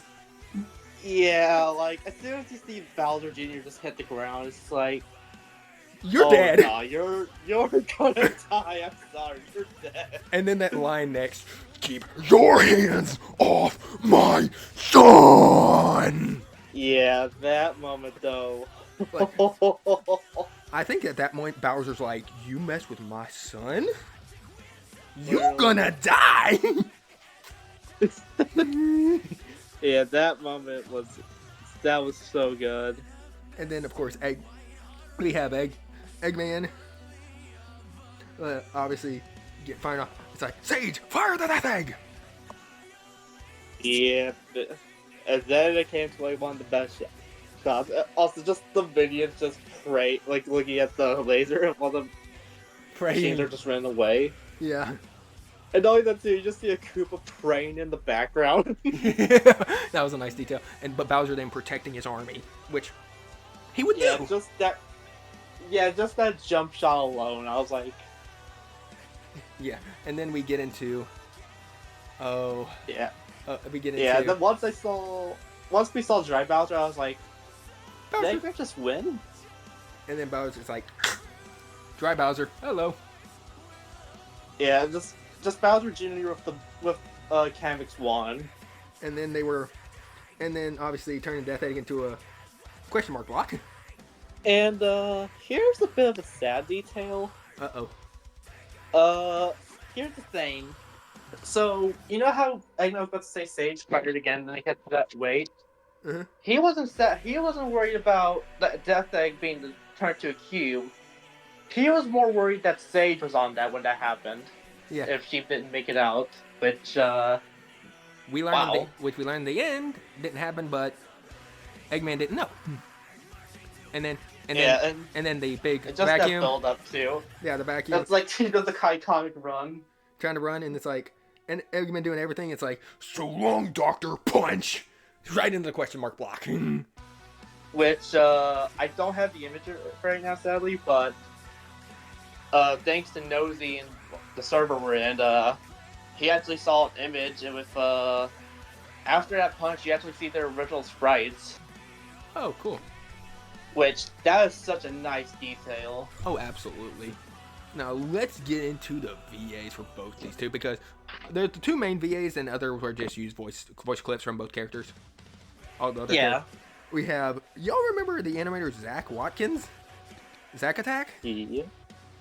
He was Bowser's VA. Yeah, who knew he could do such a really great Bowser VA? Yeah, as we talk about, the voice lines he did for Bowser were sick. Oh yeah, just wow. And I can't imagine how many cough drops he had to take after that. In the same way, Arthur Romeo did Eggman, and man, he did pretty good as an Eggman one too. Oh yeah, definitely. Like, if you told me if they had like an official Eggman VA for a death battle, I would honestly believe you. Both of them did solid roles. Again, I think Bowser, Zach being Bowser, was the MVP cast for this. Again, his line, especially that "keep your hands off my son" line, went hard. But definitely, yeah, definitely. I mean, it was so good. Both did well. Now, I think I should talk about the peak that is my current default ringtone. Game over. Yeah, game over. So, we got Brandon on this track. Yes. And, so, what's the better way to put in, like, a game over soundtrack with someone that worked on one of the DMC songs? Yeah, how about Victor Borbo? Victor Bobra. Yeah, and then you have Tyler Anderson, too, with it, too, who did a lot. That's true. Who did Hedge It Tomorrow and other stuff, which... If you told me they got him to come, Victor to come on, I would have laughed at you. But it's a welcome one to bring on. And boy, did he deliver of this. Arguably, and I'm gonna say this to my dying breath, of Death Battle currently, this is my current favorite, and it's yeah, I can definitely agree with you there too. Yeah, like, it's such a great track. I mean, even with the tracks we got for 24-25, this is arguably my favorite. And hey, that's a fair enough reason. Yeah, Behold the King, even the lyrics match perfectly with both Bowser and Eggman. But, yeah, I think we should get on to the announcement, because we're gushing about the fight so much. There's also the conclusion, and there's also another thing I want to say about the episode. Yeah, we can get, that's what I was saying, going on to the conclusion. Which, here's the thing, too. Go ahead. You thought we were talking about don't talk about the animation? Oh, no. There's a bit more to it. Oh, yeah, because Moro is awesome, he made alternate endings in the conclusion. And that he did. I think he did, I want to say he did 4 or 5? I think he did 4, I think. I can't remember. Yeah, he did 4. And all of them were alternate scenarios of what would happen if this happened. Obviously, they gave Bowser the power advantage. Yeah. I mean, yes, Eggman's mechs could... obviously makes sense. I mean, Eggman's mechs could match it, but Bowser's brute strength is just absurd compared to Eggman's brute strength. Yeah. I think powers, I think was what it was. Yeah, it was physical stats and now powers. Yeah, they gave it to Bowser because he won the war of attrition. Eggman would have to go to his mechs to use it, but Bowser has them on hand. Yeah, and like, while the metal virus would work, but it also has been countered in the past, so in context matters. Which one of the animations we got was him using the magic wand, basically, to reverse it. Yeah. And then you have then intelligence. That's Eggman's. Duh. Yeah, I mean, like, Bowser having a 4-digit IQ, really? Yeah, no. I'm sorry, that ain't happening. That was a duh. No-brainer. And then Trump cards, which they gave him powers. They gave power stars. They gave him grand stars. They gave him a lot of things. But in contrast, they gave Eggman all of the stuff he's gotten from the games. Jeweled Scepter, Chaos Emerald, all those. Like for example, like for Bowser, like he could just use a Wonder Seed to turn, or no Wonder Seed, Wonder Flower to turn out Eggman to a Goomba. But yeah, which I love that shot. I will say this, and I think they gave that one a draw and a tie. Yeah, it was. Then there's also the Grand Stars for Bowser to fight the Time Wizard. Yeah. Yeah, so yeah, it was pretty abstract, so they gave it a tie. Yeah, and then they gave the army, which that was going to, I think it went to Bowser because he's more relational, or he's more friendly to his army in comparison where Eggman made him obey. But when Eggman's had allies, it's always blown up in his face. Yeah, it came down to one thing, really. Teamwork and loyalty. Yeah, and that's what gave Bowser the edge to let him beat Eggman in this fight. Which is still, I'm going to say this, such a great episode. Unfortunately for us, it was only our number 4, but again, our top 5 is stacked. Let's just be honest. I'll say is like, even though this isn't my top 5, this episode has a lot more meaning to me, pretty much, because I'm not going to go into details, but November of that month for me was a really rough month for me when that came out. Yeah, I know it too, but he told me this story, but I'm not gonna. Yeah. It's if you want to learn more, I'm sorry, that's a personal thing for him.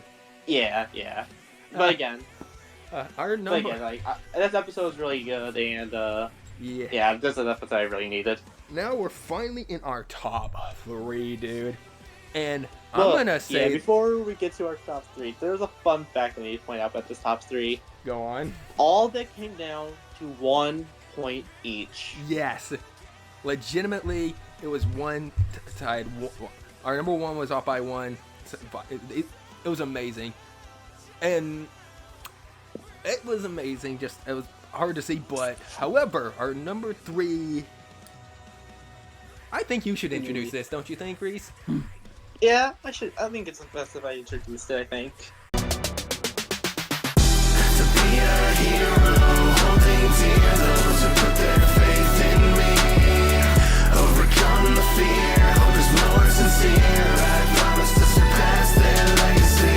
Alright, so the next episode we're going to talk about is Spider-Man vs. Deku. So, RKO, you know how we watched Hulk vs. Godzilla as my first reaction? Yeah, what about it? Well, that wasn't actually my first reaction video. No, really? Yeah, so, fun fact. So with this episode, we decided to invite a special guest. Not only he inspired this matchup for me for a long time, but he's also been pushing this matchup for a very long time also. So everyone, please welcome Z-Dog. Yay. Yay. Hello. Yes. Hello there, everyone. Yeah, Z-Dog really didn't want this fight. Absolutely not. No, it's not. You know, it's not like it was my original. It was my most wanted for a while, and even when it got bumped down, it was always second place. You know, no, not at all. I don't know what you're talking about. Obviously, I think I can say this for the build-up. You two were hyped for this, I would assume. Yeah. Yeah. I mean, it like came out of nowhere, too. Like it was like one of the only fights this year where we didn't know what was happening. So yeah. I will say this. I still remember making my reaction and popping off, going, "Holy crap! Z-Dog and Reece is getting most wanted." I honestly wish I would have recorded my reaction to it, but all I'm saying is there's a Hollow Knight clip I have on my Twitch, so it's like if you wanted an idea of what my Spider-Man Deku reaction was like when that was revealed, there you go. That's the best way to describe it. Yep. And then after that, I cried. Yeah, no, I'm not afraid to admit it. No, I think if I didn't cry, I came close when I was reacting. but it was revealed afterwards. Yeah, I think and then after, what then so when after- sorry. No, you're good. I was just to say. But after it was revealed, I was like, "Oh man, I can't wait to see the dog's reaction." And then I checked my DMs, it's like Zeno's like, "Oh yeah, it's tied." Oh god. Yeah, I'm that was good. I'm happy I got my reaction to that. Holy my goodness. That's Yeah. something I'll never forget now. yeah, and it's like Yeah, I was excited for you guys again. I wasn't really wanting this fight, but I picked for this, but I knew you guys were adamantly wanting, and y'all were my friends, so I couldn't help be excited for this. Fair enough. Yeah. Like as soon as I saw the spider alone, I was like, my heart was just racing already. And then you see Deco, and it's like, oh. Yeah. Oh my god. I think we should get after talking about how y'all were hyped for this episode because y'all were more hyped than I was. Yeah, We should talk so, about the analysis. I guess we can start with Spider-Man or Miles. Yeah. Spider-Man, Miles, whatever you want to call him. Is Spider-Man. Yeah. Yeah. But yeah. I thought it was pretty good. I definitely, unfortunately, I think it's like one of the biggest points in contention with this episode, though. That I don't know, people don't like how it was written, but I don't know. I thought it was fun enough, honestly. Like, especially like, after his analysis against Static, I thought it was a very welcome update to everything. So Yeah, and it gave more context for Miles' abilities. Also, like I think one of the things that learning more about him is how also he's a nerd like us, like anime and other stuff. Huh, that sounds weird. Yeah. Where have I heard that before? one of us. Yeah, I also love the start stuff too, just like the references like Spider-Man like verse movies. It's like, all right, let's try this at the beginning one last time. Like, I love that. Yeah, that was lit. Yeah, stuff like that is just really funny. Also, the freaking in the first slide, like GameStop, or just like GameStop. GameStop. Or I can't remember the studio, but yeah, now I get the reference. Now I can hear more about it. Like, it's even one of the even all the stuff going about Miles and learning more about him. Obviously, learning about his story was cathartic. Even though I still say this, I was not the biggest Spider-Man fan growing up. Yes. Fair enough.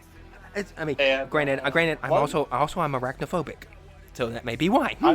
That is. I'm also arachnophobic, so I also love Spider-Man. Fair enough. Yeah. But again, yeah. I didn't hate Spider-Man. Please don't take that away. I didn't hate him. Yeah, I know. But another thing too is there's a thing that Miles does have: hair scaling. He has living parents. When I first heard that, I like died laughing. Checkmate, Batman! Get out of here! Yeah. Oh my god! I even the story about basically his electric. I can't remember the electro powers that he has. What it's quote unquote called. Electricity. Yeah, okay, electricity. Yeah, but Venom.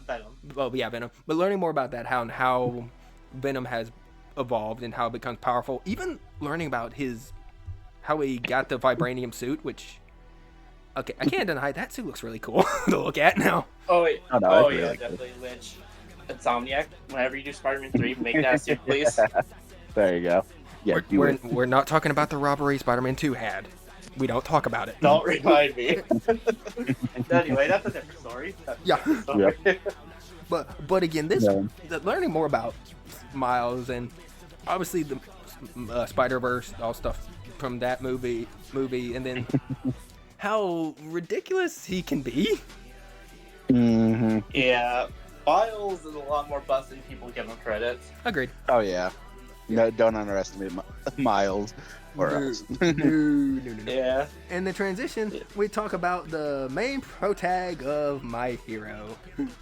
Yeah. Which I gotta say, so like, I love how they ended and started. So, like, then anyone can be a hero. That transition Yeah. was Is the a best hero. transition. That was brilliant. That was that was so clean. That's such a clean transition. Oh, like, that's absolutely. gotta be the best transition they've done. I agree with that. Oh one. yeah, for sure. Yeah, no, it's just so seamless into one house and into the other, and I like claps to freaking Cian who was the writer? Like Oh, that. yeah. That's just chef's kiss writing. Yes. Yep. Who also wrote Vader vs. Obito. Yeah. Yay. No, very strong episodes, both of them. But Oh, yeah, but going into Deku's story, obviously going into him becoming ridiculously from scrawny to ridiculously jacked. Exactly. Well, I mean, like to say, lab the Chad. That works too. thank you, Boomstick. Very cool. But I mean, now that the story is officially over, it's nice to like get the closing remarks on his story, and also just everything else in between. It's just, again, I think it's very strongly written. Had some very funny moments in there. Like I freaking love the Lady Nagan. I was about to reference that. It's just like, well, we found Boomstick's hype. With, I think I'm enough. I will say I asked this question: how do we get the main villain of My Hero and the main pro tag of My Hero in the same season? I don't know. I'm just thinking, okay. I'm not complaining though. But yeah, I'm not gonna play too much. It's that's got to point out this fact though. Like in server, we were doing like a debate for this matchup, and Whoops! I was gonna represent Deku in this time after the anime finished. I was thinking, okay, we're having Shigaraki, so I think we'll have plenty of time. Oh yeah. Speaking of that, of which, Yeah. y'all remember the discussion Bro was saying about talking with two people about who would research Miles or Deku? You want to know the two guys Bro was talking to? It was me and Reece. Yeah, it was me, Bro, Richard, and RKO, and I call them the half. And basically I said, I think I was the one who said it, and then the day after it, this was announced. Yeah, I Literally, think what the fuck? Yeah, I think the match. I think we were like talking about this match before. Then when you said that's when you asked, so who researched these characters? Yeah, like that's You what are I'm saying. Am I a prophet again? This Yeah. was, Maybe. guess this was the quote unquote second time something like this happened. Hey, RKO, can you talk about Skullgirls real quick for me? No. You can't force it, Sea-Dog. You can't force it. I can try, okay? It's okay. It's okay. You see, dog. I know. We'll get it Yeah. one day. We'll get it one day. We'll get it one day, Sea-Dog. One day, but no, like overall, I'm very happy with how they handled Deku this time around, and Oh yeah, he was done. I think it was done a lot better in Yeah. in comparison I to definitely others. Honestly, agree. agree. I don't hate Dekuasa like most people do, but I do definitely prefer the way like his analysis was written overall. Agreed. Yeah, and just like, everyone's just rooting for him at the end. Like his friends, teachers, classmates, mom, like film, like everyone just. And actually seeing that animated like a few weeks ago, like that Yes. got me more hyped for the anime. I'm so happy with how that was Just adapted.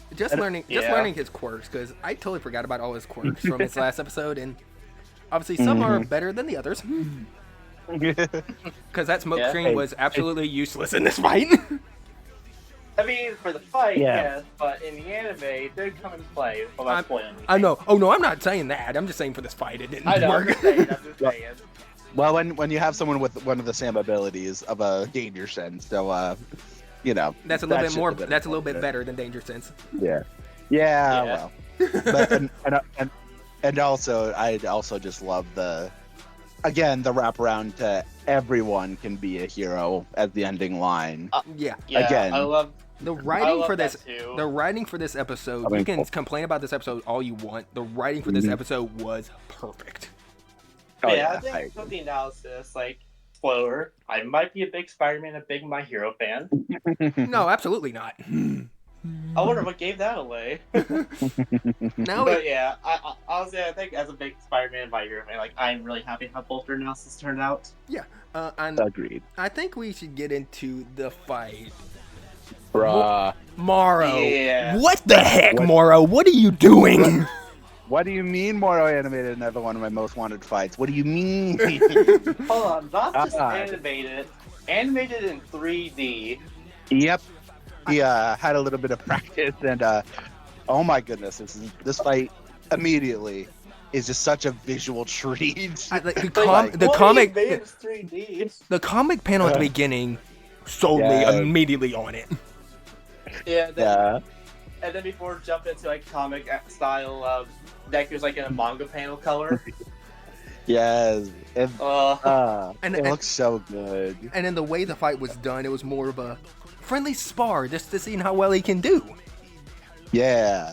Which, Oh, yeah. you know, it's always kind of what I wanted out of this matchup if it were to happen. So I'm very happy they kept that vibe. Like, definitely. and even the it's like them talking to each other. It's like, don't watch the mouth, watch the hands. What? Now watch mine. Yeah. Like, Uh, and then learning about each of the things and transition into let's try it again, and then referencing Batman versus Spider-Man of all fights. Yeah, that was a great reference. I'm happy Griff got that on my first watch because wow. yeah, I mean, Yeah, I didn't notice it Yeah. either until somebody said, I'm like, oh yeah, it is. yeah, I mean, he's got skills, man. I like that. Yeah, Yeah, but such a good one. and then obviously I know this is later on, but they have a QR code and somebody had to look it up. Oh, They rickrolled us. thanks for Made for showing me RKO that, by the way, when they came out.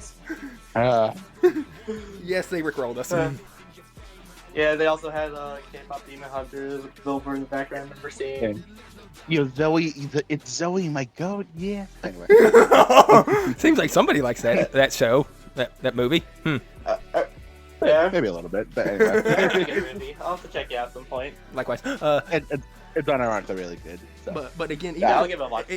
even when after Deku comes back and pulls back, punching Miles, and then the scream, and then you see it. Yes. I love this stream. I That's was gonna so say, funny. I was gonna say too, like just the Spider-Verse effect with the web shooter being broken, and just like the being passed like Lady Liberty. And then going into kind of an abandoned part of the city where they can, as Deku put it, go all out, which like they would do that in my opinion, like so they can just see what each other could do. Oh yeah, definitely, and just Miles just running through the debris in the building and just get a flip. And then that one shot. Don't worry, I have it up already. You definitely don't have it Hold on. as a profile right now, do you? No. And I definitely don't have it as my phone background. What do you mean? Yeah. Just this shot alone makes this fight worth it for me. Yes. Gosh, I'm so happy they included this. Like, That was a It ref- looks so good. That was and a- it's just such a good reference. Yes, it was. like that's gotta be like one of my favorite shots of Death Battle, I think. Oh yeah, no, it's definitely one of the best shots in my opinion.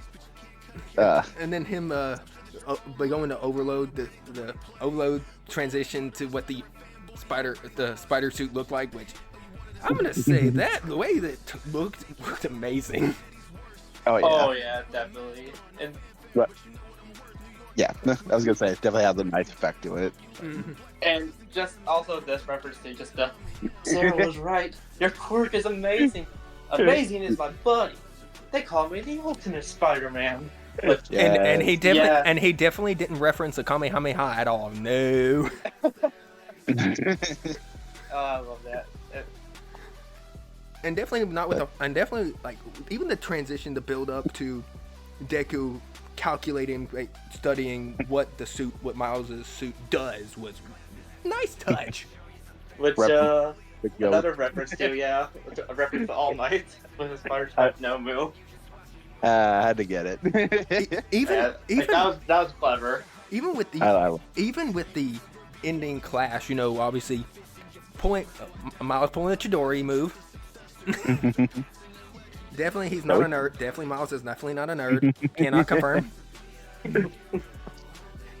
And then of course with doing the I can't remember what punch it's called. Y'all gonna have to forgive me. I need to catch more up with my hero. So I'm trying to remember now. It's 100%. I think Yeah, it's 100%. I want to say it's United States match, but I think it's United States. Yeah, I think it's United that- States. Yeah. I I mean, was he gonna doesn't. say it's the move where he's to defeat Overhaul. Like Yeah. either way. Yeah. So, but no, Which again, that fight is sick. that fight is sick, and yes, And then I'm that, having and then that something being to the this. kill, then that being what Deku uses to win, and then the ending transition, like going into a manga panel. Yes. And just Spider. You really are the ultimate with his arm raised up high like All Might. Yes, I love that. It was. you know that is borderline perfect way to end the fight. Oh. Gosh. Speaking of fights, like we should shout out the VAs. Miles was voiced by Mhm. Christian Marte. Oh yeah. Oh, yeah. Christian killed it. Oh yeah, agreed. No, he definitely got the attitude of Miles down. And not like that too. Just have also speaking Spanish too as Miles. Like That was a nice I love touch. that. Oh, mierda. Yep. And if you know what that means, you know what it means. Yeah. And then we have Deku, who was voiced by. Hey, y'all remember that we had another person who voiced a Soul Eater weapon and a My Hero character? You want to see him do it again? You want to do? Yep. Yeah, exactly. John Van yeah. Doren came and voiced Deku, which Which did? y'all can correct. know, yeah. You guys can correct me. He voiced Shoto, didn't he? Yeah, Yep, he did. I didn't know he had a Shoto and a Midoriya in him, but you know, whatever. Yeah, he sounds exactly like Justin Briner. I was gonna say he does a great Justin Briner, and yeah, all of his lines here are just amazing. Like, Yeah, absolutely. again, Not gonna lie now. I don't know if they'll get him again, but I just want to see him as a joke. Just get him to voice Bakugo, just so he say he voiced the big three in My Hero. I don't know My if they're God. down for that. but I mean, hey, if you can do it, I'd fucking go for it. I will. Sorry, Yeah, I freaking go for it. I will say this, and I know this is. I was actually the lowest one who ranked this because I put this at what did I put it at? I think I put it at 5. Yeah, he put it at 5. I put that at 1. Which the surprise of Why? absolutely no one. Hey, I Yeah, wonder why. Yeah, not just this season, just my favorite of all time now. Yeah. But again, as I said, I know you, Reece, you and Z-Dog were adamantly wanting this matchup, and I think it delivered. Yeah. Yep, and they also delivered another thing. A track. Oh yeah. Oh yeah. You say Yeah. You danger. say danger. Oh my gosh. Oh, I think Yeah. again with Brandon Yates featuring Trey Watson, who actually says Spanish in the track. Which did not need to go as hard as it did. Oh yeah. Yeah. Now, Yeah. people are gonna argue. I think this track is better than What's Up Danger, but I don't think it's better than Strongest Alive. Oh yeah. Yeah, I think that's. Although it's kind of it's close. I prefer Like, Strongest Alive, but however, this one's still good. I think I prefer the chorus of "You Say Danger" overall, but I can agree. I can agree with it. I was gonna say like because the chorus is just chef's kiss, like no notes. Yeah, to be a hero, holding dear those who put their faith in me, overcome the fear. Oh. Hope is most sincere. I promise to surpass their legacy. Yeah, Perfect. No, that is just perfect. And again, I go ahead. was gonna say the rest of it sounds pretty good. Don't get me wrong. Oh But yeah, I absolutely. do think I overall just prefer the sound of Strongest Alive a little bit more. But again, that's not putting this track down at all. No, absolutely not. But Oh yeah. But again, let's get into the next one, which is the conclusion of. Top 2. Yeah, I think was. I'm trying to remember they scaled. I know they gave Miles Miles experience because Oh he's done this a lot longer than Deku. Let's just be honest.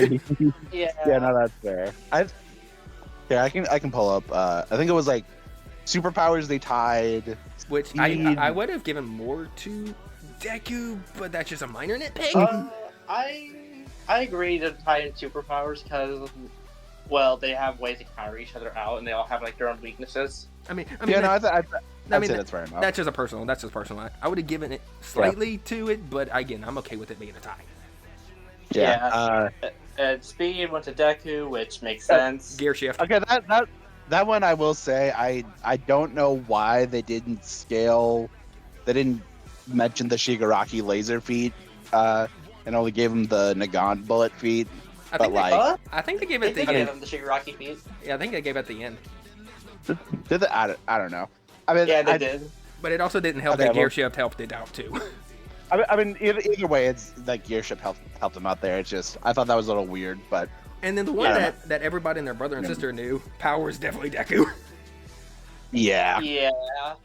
yeah. Which, keep in mind, those were just the embers, not the full pack. And Mhm. another thing too, that punch is a lot more stronger than they calculated Oops. Mhm. for example, so basically that storm cloud, like it's gonna spread tropical storms to like the U.S. Mm-hmm. Mhm. And well, thanks to that punch, it cleared that tropical storm that was headed to the States. But instead, it brought really strong winds for like a whole week. Whoops. Mhm. So yeah, I think you kind of understand Deku's full strength now. Yeah. I mean, granted, he didn't need it to be. He didn't need it. He didn't need that strength in this fight. Like, Yeah, I know. wasn't help, I know. I but, just, like, I just had to point that out. oh no, understandable. You should, but Yeah, this yeah. was a overall this episode was fantastic. Even for a person who was more happy for my friends, I put it at number 5 because I think it was that good. Of the My Hero fights, I think this is the better My Hero fight in my opinion. Oh, definitely, I would say so. Like, yeah. None to scoff at, even though Reese is gonna kill me for where I put Shigaraki versus Maito. You'll learn in the episode ranking. again, I heard your opinion. To be fair, I heard you out. I didn't decay you. Yes. That's good. Oh my god. But I mean, I was gonna say, as someone who's like I said in a previous video, shout out to lads. As someone who's wanted this matchup, and bros, what am I saying? As someone who's wanted this matchup for like 5 to 7 years now. A long time. A long time, yeah. Either way, it's a long time. No, this definitely satisfied my cravings for this matchup, and I definitely think it is one of the best this year has to offer, and I'm very satisfied with it overall. So I will take it. Yeah, it would be like I talked about this on Labs also before the episode came out, but yeah, he's my favorite characters of all time, and as a long-time Spider-Man fan and who became a My Hero fan like a couple years ago, I am very satisfied with this episode, and yeah, this episode is gonna be a hard one to beat out of my favorite of all time because it's like just the amount of like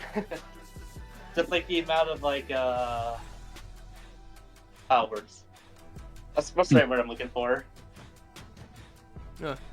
But yeah, The anticipation, I mean. Yeah. That's what I'm looking for.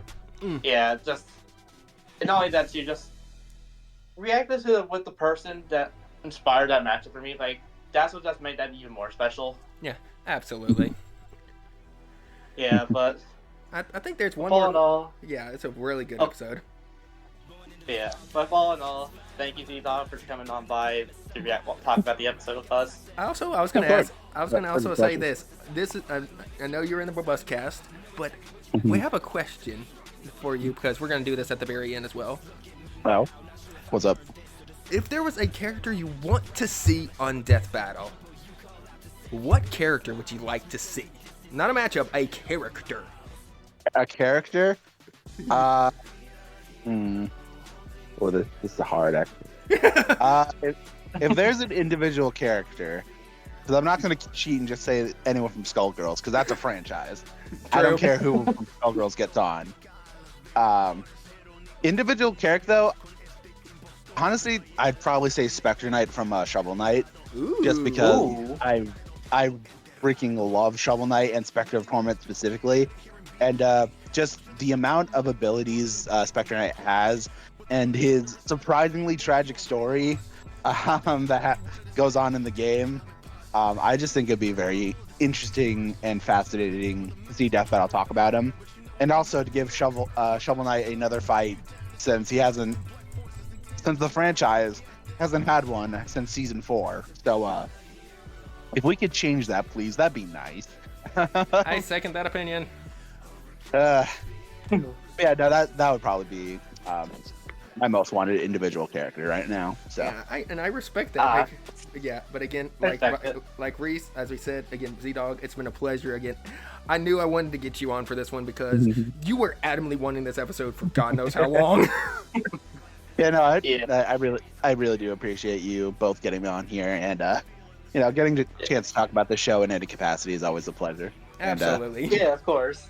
And it doesn't hurt that it's this episode in particular. So. Absolutely not. Yeah, I mean, hey, this episode made top 3, so. Yep. Hey, there you go. Hell yeah. My number 1 made the podium. I'll take it. There you go. All right. My podium, my number 1 is actually next. Oh, is it now? Oh, that's funny. Yeah. Yeah. So, let's see. How do I explain the next time? Oh yeah, the most complicated matchup and that I couldn't decide on until even the episode announced.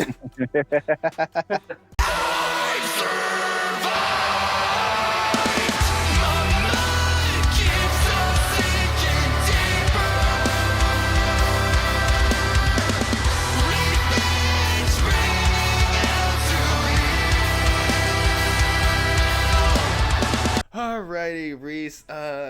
I feel scared. Because we have 2 of the lads with us right now.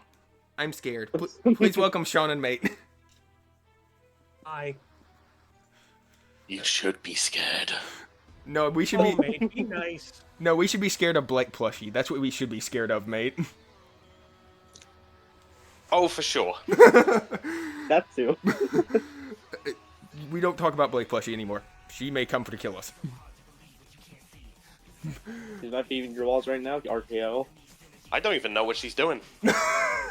But And to be honest, the less I know, the better. true. But again, yeah, we're starting off with our ranking for number 2, which is my number 1, which was Dante versus Clive. Yeah. Which, again, when RKO showed me the list, I was really surprised that was his number 1. And I think we have one of the lads who was very, very excited for a certain Final Fantasy character referenced. I don't know who that might be. Definitely Mate, right? Yeah. It's me. No, it was totally me. Can you know by his reaction how he went monkey brain? But yeah, yeah, Sean was very. You can say I could probably say this. You were excited when Clive was announced to come to Death Battle. Am I assuming correct, Sean? The dude is one of the most underrated Final Fantasy characters because Concord exists. Boo, Concord. Well, that and most people remember him as, and I quote, the guy from Tekken. Oh. And Sean and everybody in here can agree with Ben Starr is the GOAT.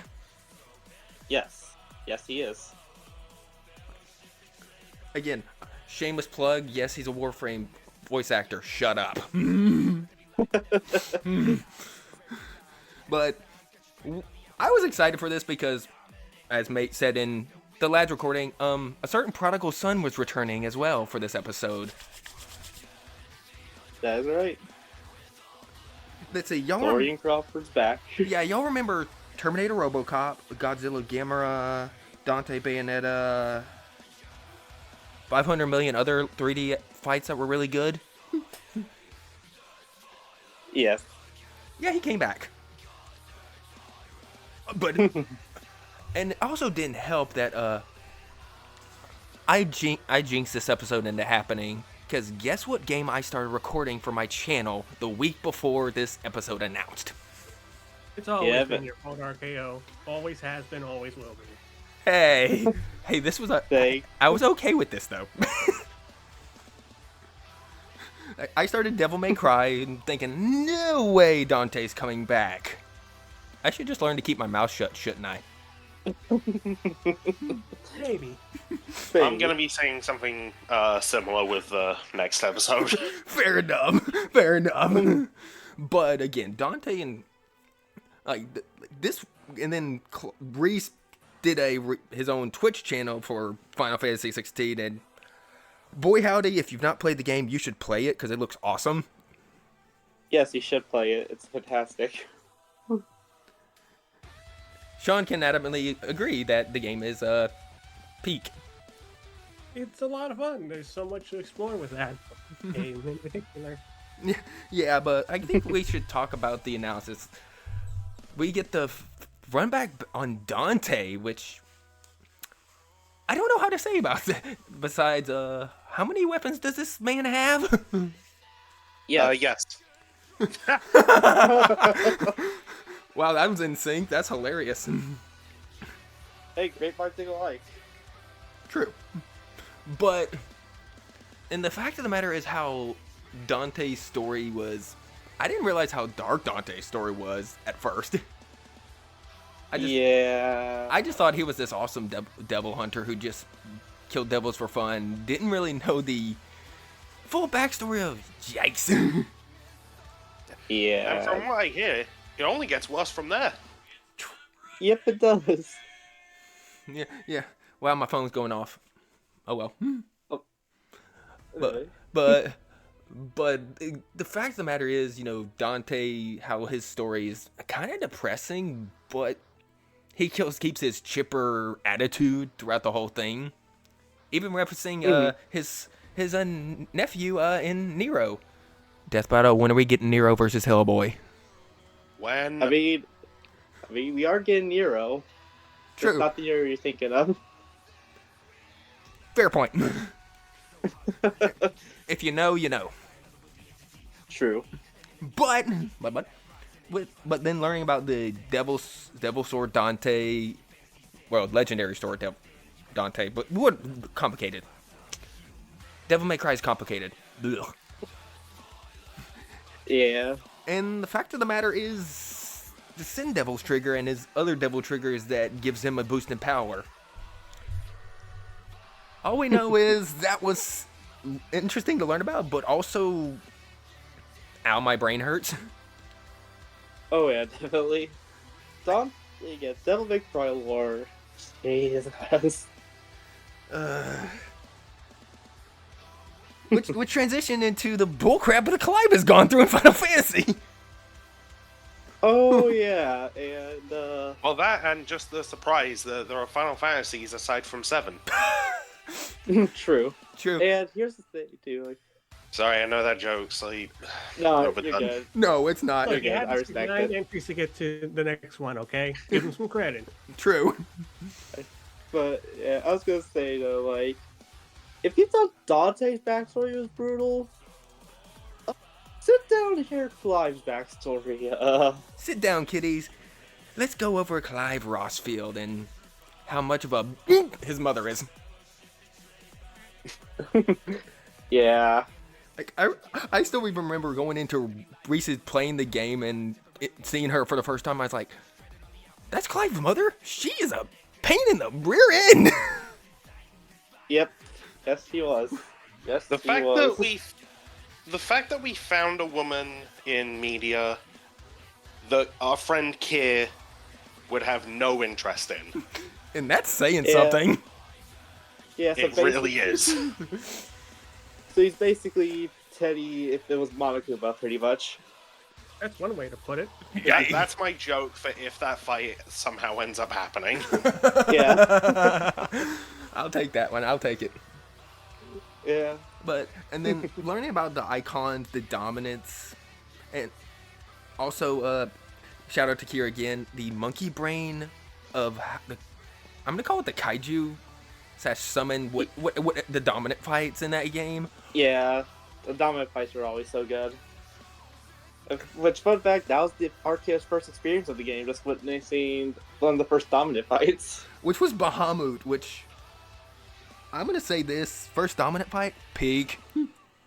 Yeah, the first dominant fight, yeah, was Garuda, yeah. But still, learned about Clive, like, and you know all the icons and just the absurd thing. Also, Joshua, the story of Joshua. Ow, my heart hurts with that. Yeah. Even still, though, just the learning about how he controls his powers, his techniques, limit breaks, and also the best doggo Torgal. True. Torgal's best boy. Where, but again, that's really all I can say about Clive. The analysis was done good. Obviously, Ultima's the main villain, to the surprise of absolutely no one. It always comes back to Ultima. Yeah. But let's get into probably the best thing about this episode. The spectacle that was the fight itself. Oh, yeah. So this is probably one of the prettiest 3D animations we've had this year. Agreed. Oh, 100%, yeah. Like, just by the stars, like, oh, this is gonna be good already. Exactly. Like, obviously we knew Torian was coming back, but however, Torian wasn't the only returner, you would say. Yeah, so, y'all remember DBX? Yeah. Y'all remember Lucario vs. Blaziken? Yeah, what about it? Yeah, this is made by the same guy. Yes, Joe Vick came back for this one. With alongside, of course, David came along, and also Christina. Which, say what you can, the background of this fight was gorgeous. Yeah, everyone brought their A game. I don't know what else to say. This fight was gorgeous. Like, the background for this was gorgeous, just to look at. Oh, 100%. Everything about this fight backs up what Luis said back when he was hyping it up, saying it would be the prettiest fight to date. Oh. Yeah, and he was not joking. Yeah, this fight was amazing. I mean, I will say there's one small nitpick, and it's just the very beginning of this fight. The lip sync of the voice line for both Dante and Clive. However, beside that, it's awesome. Yeah. Yeah. Yeah. Like, once the fight gets going, you can barely notice it, really, so yeah. But it gets better later on. Yeah. And just the references to both characters, just the start off of Dante just coming in with his pistol, using all of his styles in the fight. Say what you can, Dante was just having fun with this fight. You can tell he was just having a good old-fashioned time. Oh, yeah, definitely. Especially when he gets out Mr. Faust. I remember sending that to a friend, and he was just like, wait, the hat is a weapon? What the hell is this series? Yes. Welcome to Devil May Cry, my friend. It's Capcom at its weirdest. True. Yeah. And there's just the moon walking away from the lightning.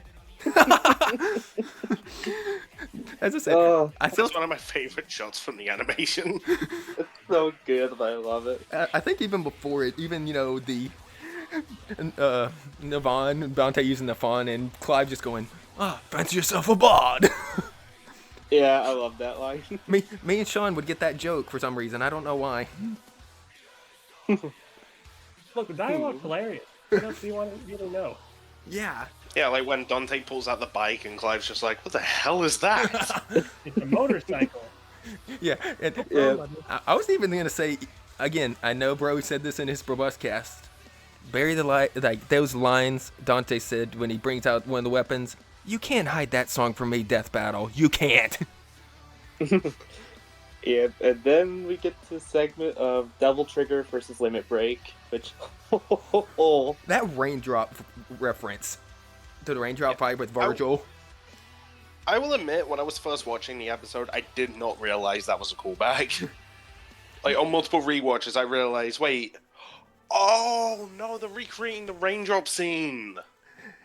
And then that... I just thought that was awesome. And then that certain slash, man, I wonder if Dante's seen that slash before. Weird. I mean, hey, Virgil's got some competition. That going, mate. Yeah, yeah, I remember when that happened. That was so good. And then the Royal Guard into one of my favorite line deliveries of the whole episode between Dante and both Dante and Clive. Dante going, "Still holding out on me? Let's see what your monster can really do." Though the devil cries for more. Let's give him all we got. Joshua! I swear, when that line came out, that sounded like Ben Starr. Oh yeah, like obviously we're not going to music yet, but just the build up of the music and that transformation, like Mwah. yeah, Just chef's kiss. Mwah. yeah. But then we get to the final like one of the final segments, Ifrit Risen versus Sin Devil Trigger. Like that's what I was looking forward to the most, anticipating for this fight. That space fight, dude. Oh. Like, I Oh, dare anyone to watch that fight back and tell me it wasn't awesome. Go on. I dare you. Do it. and if you You say, can't do it, can you? I was about to They say, could try. and they would fail miserably. someone tends to say they just have like a whole angry mob in front of their house. And me and Probuscus were probably the first ones up there. But yeah, just the whole animation space, like that was just chef kiss. Even with the QTE when they clashed, oh, so good. Oh yeah. And then their final clash in space, the collision, and then the smoking sexy style. Which, little fun fact, basically, I think it was, Saber King, aka Richard, that told us this. But I think if you look closely at the bottom, like, you can actually see Dante and Clive go and fall into Earth's atmosphere if you look close enough. I don't remember. It was either. Oh, I think I remember catching that. Yeah, I think it was Richard that told me that. It's a subtle detail. If you blink it, you'll miss it. Yeah, it's just the extra attention to detail. And then the ending, with their base forms going at it. Like, Yeah. and then, obviously Dante with his jackpot line, and then Dante getting serious. And even with Clive, that little ounce of power to fight back. Yeah, which by the way, Bill kind of ruined that scene for me now, because now I can hear what he heard.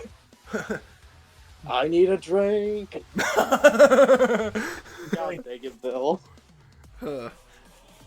Even if he's not here, he's still unfortunately with us somehow. Wow, unfortunately. I'm going to tell him you said that. Bill's just watching this video just like, well, I'll see how it is. I mean, at least he's not here to drop an anvil on me. Well, at least I hope he isn't. Don't give him ideas. He already did Yeah, it. He already did it to himself, don't you know? Yeah. But anyway, it gets to the final Nah, fight. you know what? You can avoid it the same way I did. The power of positive thought. Fair enough. But again, the ending of like Clive getting the win. Yeah, just like just that in clashes with Don, just like, not bad. Not bad at all. And And I then just love that response that Clive gives. It's like, oh, after a fight like this, that god will be nothing. that was. What can I say? But this episode was peak. Oh yeah. I mean, Yeah. Sean was definitely not biased in this episode when he made his reaction. Not at all. Totally, guys. Oh, yeah. And, yep. Again, But- if you haven't seen, just look at his title and it's hilarious and I love it. What's Yeah. subtlety? I don't know what is subtlety, but what isn't subtle is the VA who killed it. Oh yeah. Dante was voiced by Luca Xavier, who did a really good Dante voice. Dude, what a name. Oh yeah, that's a cool name right there actually. Which, fun fact too, he actually reacted to this episode on his channel. Yeah, he did, and again, every line he delivered, he was having fun just being Dante. Again, Oh yeah, definitely. but again, give shout out to Luca. Huge shout out to Clive's VA, Will DeRenzi Martin. Hope I pronounced that right. Mm. You did. Thank you. Which I gotta say, like, if I didn't know what the cast was, and if someone told me, "Oh yeah, that was actually Ben Starr," I probably would have believed you. The first thing Because- I got told about him was that he voices the Wolfman that Amber is fond of. Yep. Yep. but still, that when he transformed the Ifrit, before he transferred Ifrit Risen, that Joshua scream was so good. Yeah. Yeah, that definitely sounded really close to the Ben Starr. Like, huge credit to both these two. These guys killed it. They coming in knowing their role, and they nailed it to a T. Oh, 100%. But you know what else also was a really, really good in this episode? The track. Oh yeah. Raise your hand if you've listened to this song more times than you can count. How many? I can't count. Howard, I can't count yes on my hand. I mean, I have it on a playlist I listen to like going to work to hype myself up. Yeah, It this, doesn't necessarily play every time, but you know, it has a chance of popping up. the devil inside. We knew coming in this was probably Brandon track, and he nails that Devil May Cry soundtrack. But and from Reece and Sean, y'all can attest to this. It kind of also matched with Clive's Final Fantasy style too. Oh yeah, definitely. Like I could definitely hear both themes. Both franchises fit well together. What else can you say? But excuse me. Again, I didn't expect a rap in this song, but it's a welcome one. Oh yeah, definitely. But dude, that was so good. Now, I guess we can talk about the conclusion of how going into it, nobody had a clue who was gonna win. Yeah, I didn't either. I kind of just went JRPG go Burr, I guess, and it worked out. So I'll take that. Fair enough. I mean, Sean even researched Clive for the Robust cast, which, again, you did a good job, Sean. I gotta give you compliments. Thanks. True. But, oh, go ahead. Yeah, I was gonna say, yeah, lead up to the debate, yeah, this was definitely a close one. Very close. Like, it came down to the fine details. Oh yeah, definitely. Yeah, I'll be honest. You could probably just make an argument like for Evil winning, and I would believe you. Yeah. Oh yeah, definitely. Like even the G1 blog was close with it being 8 and 7.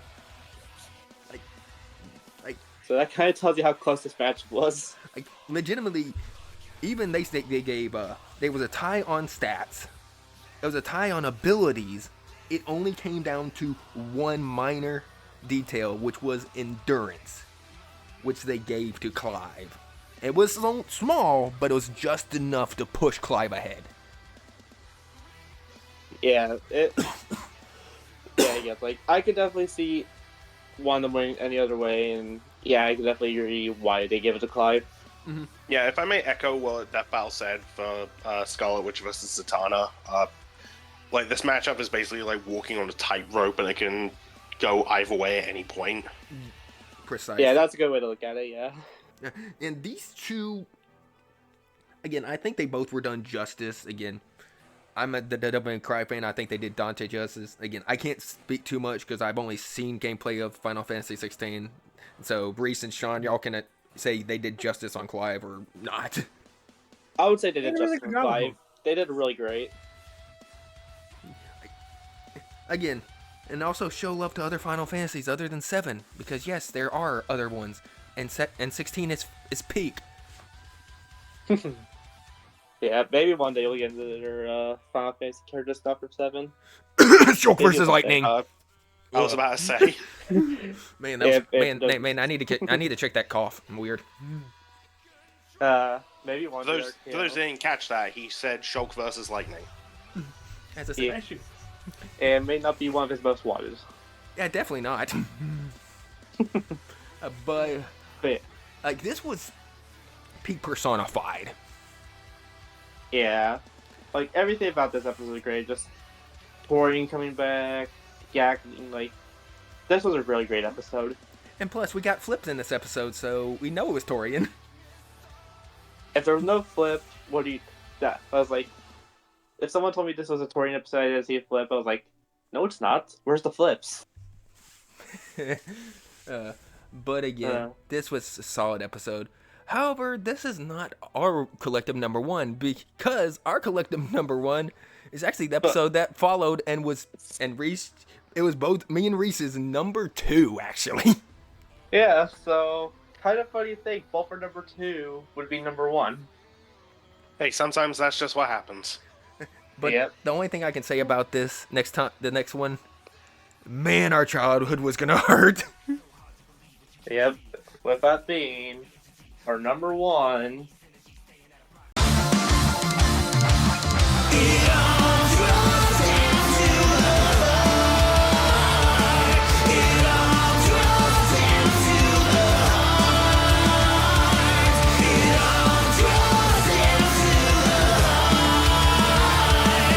Ash versus Yugi. Nostalgia. My heart hurts. Maximum nostalgia.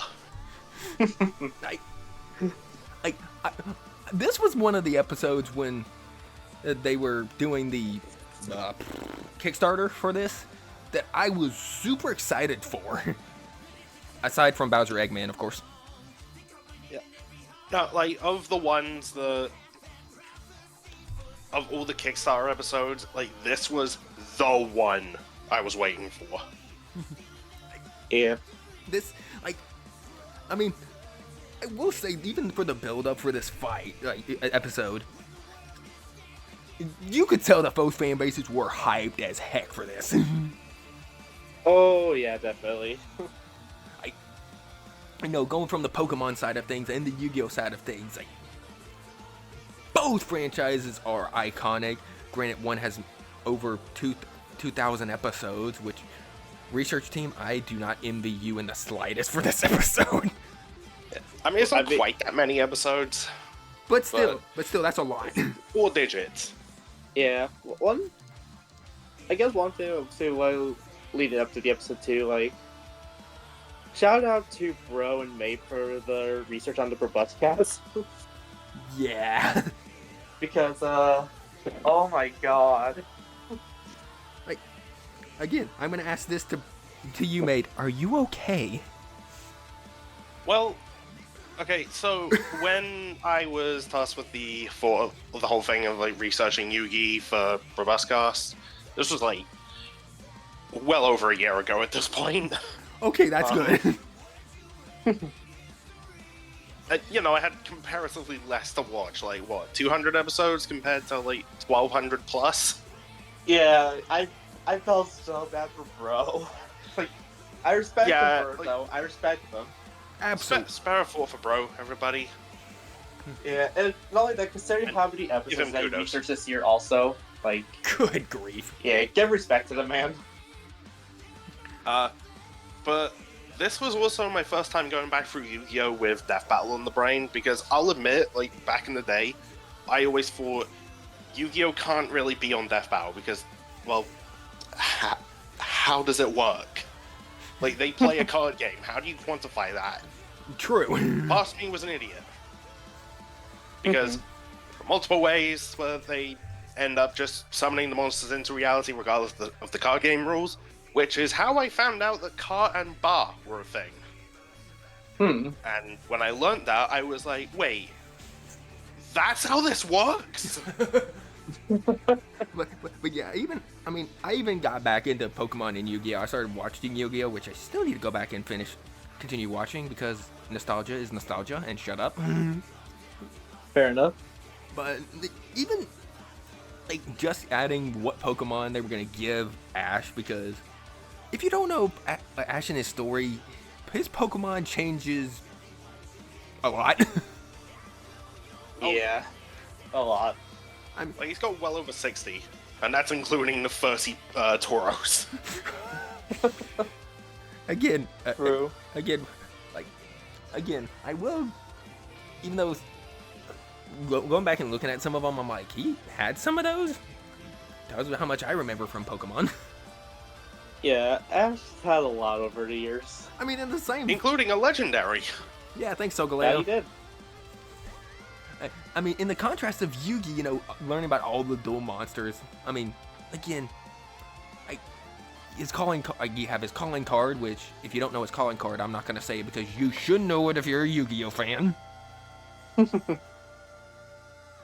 But just going through all his monsters, the Egyptian gods, the Egyptian story arc, the Battle City, which took way too long which was way too long. I wouldn't stop bullying Joey. That too. But dude, it was so good to go back in nostalgia, which portrayed into the. Not only that, but just like the analyses as a whole, like for the two, were just like visual eye candy. Oh, the analysis was so good again. Yeah. Apparently the lads and the Brabus cast had a person who was on one of their cast who worked on the analysis. Y'all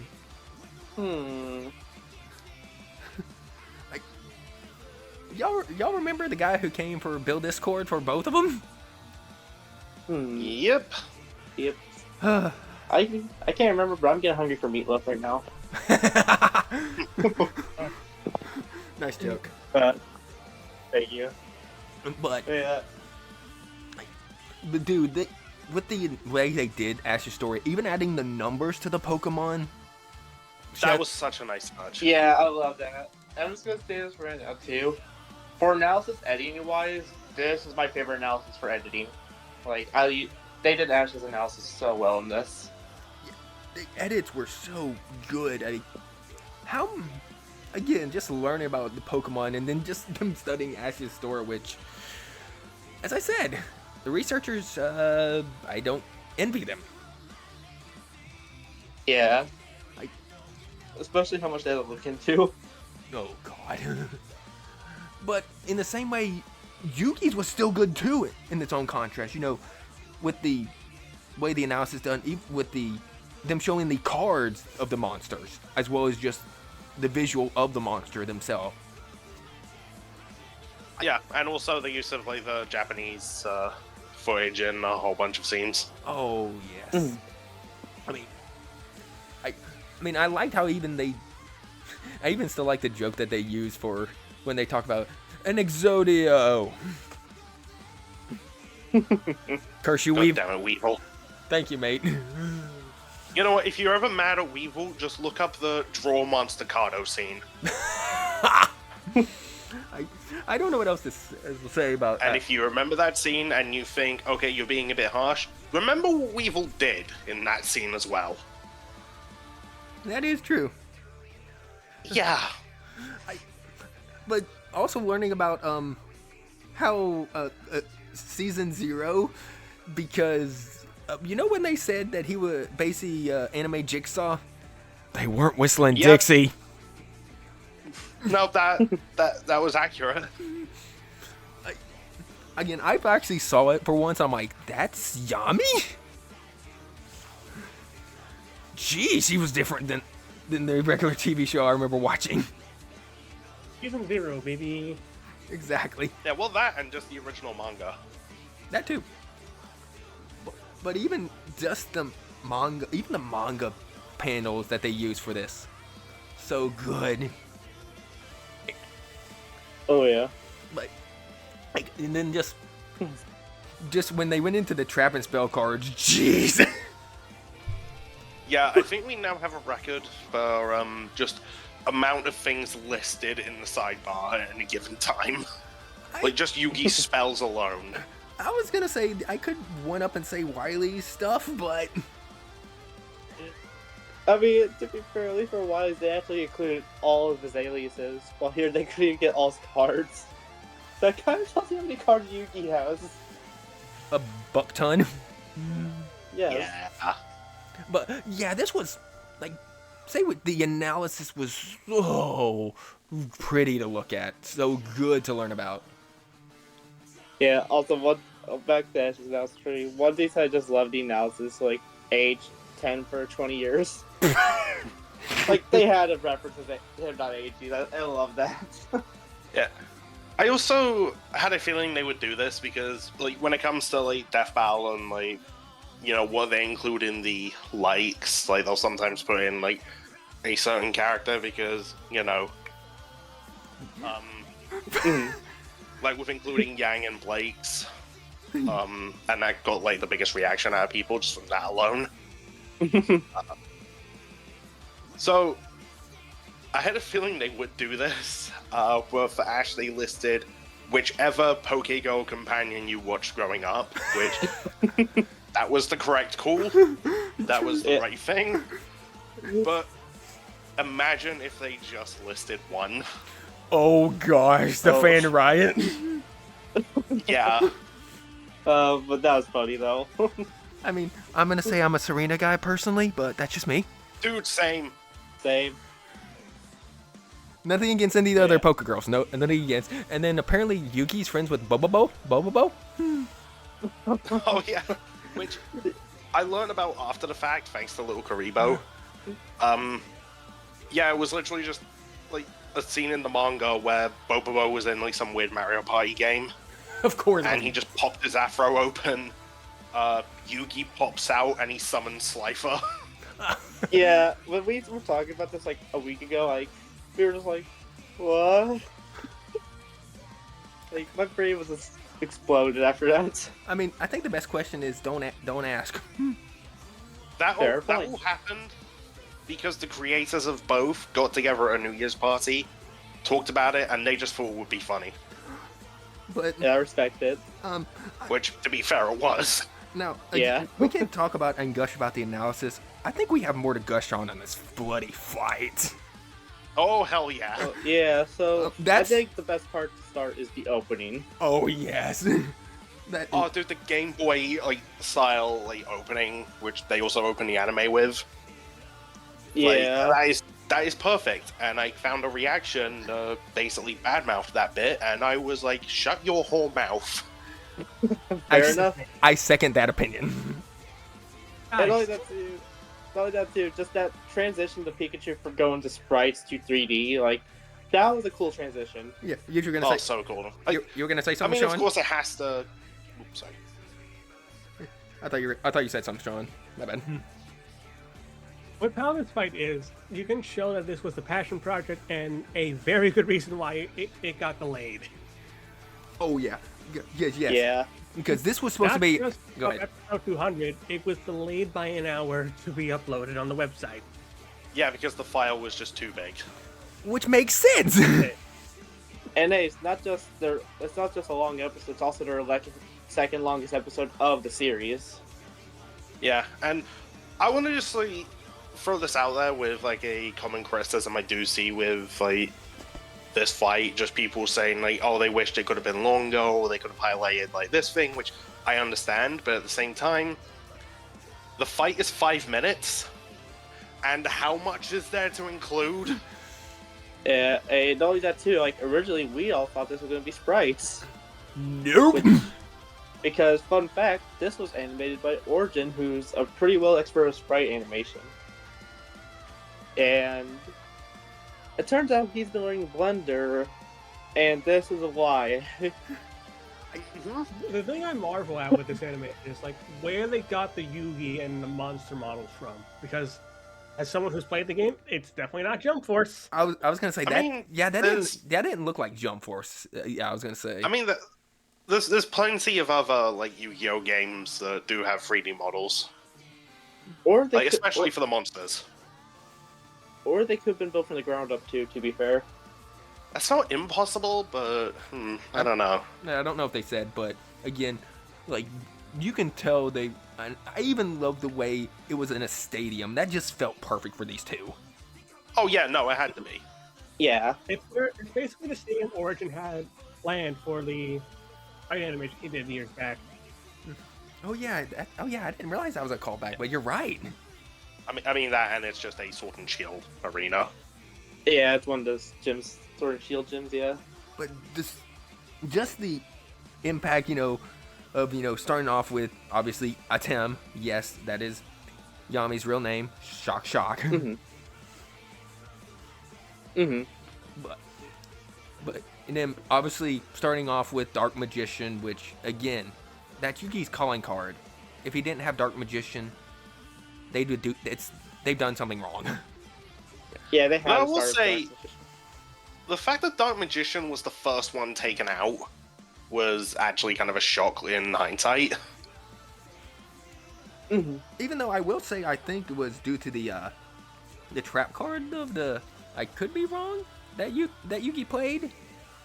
No, I think it's just because of Pikachu thunderbolting him.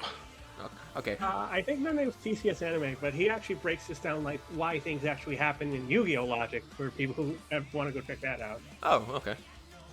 I may have to do that. May have to listen to it when we're done. Like how apparently, like according to his research, Charizard has a piercing effect. Oh wait, I think I know the guy you're talking about, and I'm gonna save my thoughts for afterwards. Fair. But again, even with all the Pokemon and monsters released, all I have to say through this fight, you gotta feel bad for the Celtic Guardian. And then gets suplexed and then obliterated later on. I mean, the fact he held on for that long. Yeah, He's obnoxious. there's actually attention to detail someone pointed out. What was the monster that Charizard hit Flamethrower? Oh, that being Giant Soldier of Stone. Yeah, so there's attention to detail. Like, so you know how Charizard Flamethrower can melt through stone? Mm-hmm. Yeah, that's why it hurt Yugi, because it melted through him. Nice. Like, And again, burnt his jacket. Also Yeah. the time, if you don't even see it in the background, you can see all of Ash's friends. You can see Yugi's friends in the background. Yep. And not only that, you could also see Wiz and Boomstick. Yeah, you can. Yeah, Wiz, Yeah. Boomstick, Ringmaster, Dummy. I think Jocelyn's in there too. Yeah, this is the image I found. Yeah. Yep. You can, I think you see Looking at this Jocelyn. moment, but one of the things that, like, a monster you do see in this fight too, is actually Red Eyes Black Dragon, which is technically Joey's monster. Yeah, but he did give it to Yugi That is true. for an extended time. Plus, I know in season 0 Yugi uses it to fuse with his Meteor Dragon. Plus, it can fuse with Summon Skull. So I mean, it made sense. Plus, it doesn't really change anything. Yeah. And I was gonna say, Cool. which is you can say also for the Time Wizard, but even with that, I think one of my favorite funny moments is you see Oshawa. I was about to say, yeah, it's just okay. So I always had this idea for a scene I would love to see in the animation. That being Yugi summons Dark Magician Girl, and Ash comments thinking that she's cute. Pikachu yells and snaps him out of it, and they just get back to the fight. I was an idiot because I forgot how much of a simp Oshawott is. I just want to see the Pokemon text. I'm just picturing the Pokemon text box now. Just Oswald attempted to learn Attract. It had no effect. Oshawott is infatuated with Silent Magician. The fact that that And has mobilized span for on. love. Oh, Move over, Bowser Jr. and Sage. This is the Death Battleship. I mean, even the brain when even the line good thing we brought them all right, Pikachu. What do you mean them all? Then you see the Tauros come in. Yeah, that was Just great. that bit alone kills people. Yeah, I love that line so much. And then I think what carries this whole animation as well is just Elsie, Lovelock, and Tom Stroll. oh Yeah, no. I've found reactions from people that actually mistake Elsie for Sarah. Ash's Yeah, no. official VA. Dude, I definitely think Elsie had the best performance this year. Oh, 100%. I mean, nothing to scoff at Tom also, because Tom nailed both Yugi and Atem so well. Yep. I will admit, I had doubts at first because I always thought, okay, if it's not Dan Green or Little Karibo, I don't know if it's gonna sound right. But Tom Schultz knocked it out of the park. Yep, and like we said, people, we were going to talk about Tom Schultz a lot today. Like, when in doubt, Tom Shock.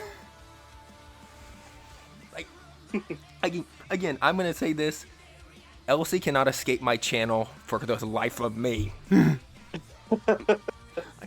If you know, yes, she's a Warframe actress. She played Rusalka and some other characters, and she comes back for this. Girl, why do you keep coming into my YouTube channel for some reason? But yeah, honestly, no, these two Honestly- games were just fantastic. Also, there's just so many other scenes that I love so much. Like Sogoleo's entrance, Oh, yeah. Lifer's summoning animation, Again, which I love watching reactions to people who don't know Yu-Gi-Oh! And they just see how big Slifer is. which again, Yeah. we talked about when Slifer came in. That gave me the first time Yugi ever used it in a duel. That first Battle City. Yeah. Yep. And then one of my personal favorite shots, though. We see the Gigantomite ball, and you see Gengar's face behind Yugi's shadow. Oh, That shot was so good. Yeah, it's just... like, And small detail, when Gigantamax Gengar uses G-Max Terra, one of the items is a boot, and at first, it's green. I wonder what that's referencing. I wonder. Yeah, we definitely didn't talk about that episode that debuted in at all with Could it- Simone versus Kyle. Not at all. Could it possibly be something that killed a combatant that many now want to see fight a Yu-Gi-Oh character? I don't know what you're talking. I don't know what you're talking about. Who I'm pretty sure Origin's already working on an animation for. True. That's true. Like, again, that's another reason why Bandit vs. Data hasn't came out yet. I think another Oh, yeah. thing that I think that as a whole, this fight just does everything right for like fans of these characters, especially the ending. Oh yeah, Oh, then we get to the Before we get final into that, showdown. Go ahead, mate. I kind of want to just comment on like the one like negative I have with the animation. Go ahead. And it's the fact that after, you know, Charizard comes out and Ashley is like riding him like onto like in the stadium, which is awesome. Yes. Yeah, after that, his tail flame is just gone. Yeah, I've noticed that. Yeah, like just looking at all the shots, it's just not there. But It's like, he's just too cool, Oh. he couldn't even die. That's called Wait. foreshadowing. Like, yeah, I'm not holding that against the episode. If anything, I just found that more funny than anything else. But yeah. Again, as I said, It's just Just Charizard is just built different. I'm still saying, yeah, even on the brink of death, he's still fighting. But I mean, even going into the final attacks, obviously when Ash puts the hat on Pikachu, and then you see all the different ways Ash has been over the years. Oh, Yeah, I'm not gonna Oh lie. yeah, cycling through all his outfits. Yeah, I'm not Origin's gonna like, lie. let me cook. Yeah, I'm not gonna lie. As soon as I saw that kind of heavy little teary-eyed of him when I saw that, And then, because of that course, hit me. and then of course the 10 million volt Thunderbolt coming at Yugi. Which, okay, LC's delivery on just like calling out that attack, like just chills. Yes. Also on the flip side, which happens before all this. So Ash Greninja slices the Millennium Puzzle, which takes Atem out of the fight, Mhm. and the ending is Yugi versus Ash. Yeah. Which, you know what? I'm glad they did, because it reflects what they said in the analysis about how Yugi's like grown as a duelist and a person, and he doesn't necessarily need Atem to be his bolder half. Right. Plus, recreating that shot from Dark Side of Dimensions, like the draw it like phases between them. Oh yes. Oh, there's another thing I just remembered too. Everything is so good. Yes. And there's another thing I just remembered from that too. Like, just when Parate gets summoned, just the backer chases up. Who's that Pokemon? Oh yeah, that reference. I love that they included that. And then they coming up on Yugi as the Thunderbolts coming at, as well as when the magicians are using I forget what the move is, Black Burning Magic. and then Harakti using their attack. Then obviously the classic Yu-Gi-Oh line, "You've activated my trap card." And of course, Magic Cylinder. Which is kind of funny because every time when me, RKO, and May talk about this episode, May sort of called the ending. Yeah, how? That's just made actually funny enough when I see other reactors. Like, so many reactors called Magic Cylinder being the ending of this fight. I mean, Yeah. but yeah, and then but the ending, a callback to the kill shot, basically a reference to the first Pokemon movie. Maybe that's my only nitpick. It had a very predictable ending. But But yeah, just seeing all Ash's mons in the stone and including Ash's. But- Ouch. but still, But also, go ahead. if you look closely, all his Pokemon and of course Ash himself are all smiling. Yeah. And One, Go ahead. I was gonna say, one thing I'm just leave happy of. I'm glad it wasn't a Charizard versus Greymon situation. Oh gosh. Thank Or a God. Pokemon Battle Royale. Also, Or Pikachu versus Blanca, which, by the way, would totally have the opposite result nowadays, and should have had the opposite result back in the day, just saying. even though I will say one thing, and people will gripe at me for saying this, I am glad Ash did not throw a punch. Yeah, I'm also really glad too. Yeah, especially after they addressed it in the post-analysis. I mean, even with Yeah. I love how they simplified it with just, like, if he tried, it would have been Mewtwo all over again. like, even the fact of the matter is, if you remember the anime, he's only thrown a punch against people who either disrespected his Pokemon or were mean to him. Yuki's not that sort of person. Yeah. It's also like how, like, Atem doesn't dish out, like, a penalty unless, like, it's someone who's been, like, caught cheating or something. Right. Or is just, a bad person.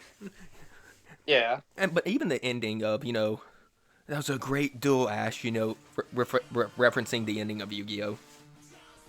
And Yep. the end, and just the end poster for like the end of a Pokemon episode, just nice call. Mm-hmm. But you talk about the Pokemon anime. We didn't talk about the track. Oh yeah, this is a Brennan and Theirwolf track. Oh no. They had a special guest, didn't they? Yep. Dude, I love this track so much. And I'm gonna say this. Billy said it was mid. I'm gonna kill him for saying that. I think most people are. I was gonna say, especially if they got tracked with Jason freaking Page. Yeah, y'all remember the Pokemon anime thing? You gotta catch them all. Yeah, he was in this track. Yeah. Whenever it turned out, like, no way. And it's funny how. And Breaking the robust cast, funny enough. That was my fault. yeah, bro called that. Yeah. And then, like, moments later, like, hey, new track info jump, here you go. And they're like, what the fuck? Like, again, you can say all you say. That song was chef's kiss. I It can't. all draws down to the heart, what can I say? Yep. So I guess with the track, Bro has future sight. And some of the lyrics I do want to call out, just the, like, somber, like, let's do you know that it's time to. I can sense the power inside you. Always seems to come down to us two. Cataclysms we've both survived through. Let's battle, you know that I choose you. I can see the power flow through you. Always seems to come down to us two. Now show me what you can do. Then it repeats those lyrics, but like, let's do you know that it's time to. Like, just, really epic as it goes into the final clash. Yeah. Like, I love that. again, Brandon, Theirwolf, and Jason killed this fight. Thrak. They killed it. Yeah. This was such a really great track. Again, I'm gonna say this into my dying breath.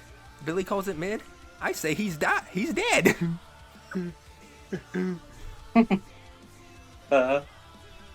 But He'll be back one day, Archaea, don't worry. yeah.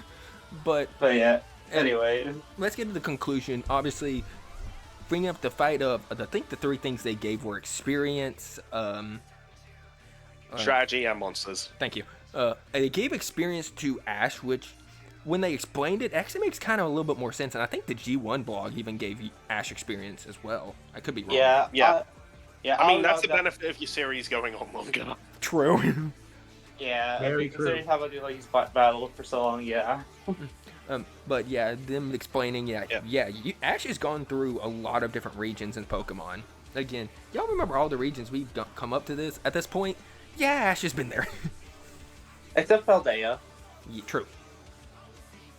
But even again, going into strategy, obviously, they said Ash is a little A bit, wild card. yeah, because he doesn't really have a quote-unquote strategy. He's more of an on-the-fly strategist. His strategy, for the most part, is, we'll wing it. Yeah. But Yugi always has a strategy. Plus, him and Tim's teamwork was, as they explained, the best. Second to none. Exactly. Again, if he can beat Pegasus in a duel who can read minds, let me say it again, read minds, yeah, I think he's got strategy. Yeah. Yeah. I mean, they also brought up how like both could lightly adjust to each other's unpredictability. So, saying like, oh, Ash could just adjust to Yugi and get the edge over him. Like, you could say the same thing for Yugi. Yeah. And them referencing, obviously, the physical stats, obviously. But, we already talked about that. Basically, if he did throw a punch, yeah, it'd be Mewtwo all over again. Yeah. Again, Yeah. people would kill me for saying I'm glad he didn't throw a punch. I stand by it. Yeah, agree. And now we get to the final category. They're monsters. Which I didn't actually know that. I thought actually Ash had more mons than Yugi had monsters, but apparently I was wrong. Oh no. There's a lot of monsters Yugi has. I know some people were talking about, like, reed frames exist, so why didn't Yugi have that? People were joking, of course, with that, but obviously, Yugi doesn't have all of them. He has a couple, Yeah. technically. Yeah. Mhm. I mean, people will say they didn't give Yugi all of his monsters, but again, I don't think he really needed all of them either. Yeah. I mean, going into it, Especially when he has the creator of his own multiverse. yeah. Which, I will just admit, I did not know about that fact going into Brabuscast. Yeah. I mean, Yeah. I feel like if I knew that and brought it up, it might have been overkill. touche. But even still, just them just discussing both these two franchises just in a versus context. Again, this match being our childhood, the childhood playground debate that we all had when we were younger. Yeah. Yeah. One detail. I was just gonna say one detail I love though is whenever I talk about like whenever Ashley's mom's like loses Mr. Mime, no more reflections. What loses Lucario, no more Mega Evolution. Then you see all the moms going back into respective Pokeballs, and you just see Ambipom on the top left. Like, wait, I don't belong here anymore. I'm out. But yeah, this was again. I mean, yes, it is me and Reese's number 2. This was a collective our number 1, but it makes sense why this was the season finale, and I think this being the season finale was well done. The wait was well worth it. Oh yeah. Oh, yeah. Like, And I brought a friend on for my reaction to it. Like, okay, I tried to bring 2, but he had to leave, go to the cinema with his family and his fiance over this. How dare you spend time with your lovely family? Couldn't be me. I know, right? Anyway, that aside. Joking, obviously. Yeah. Yeah. So the guy I had on, he was previously on for Rick vs. the Doctor because he's a massive Doctor Who fan.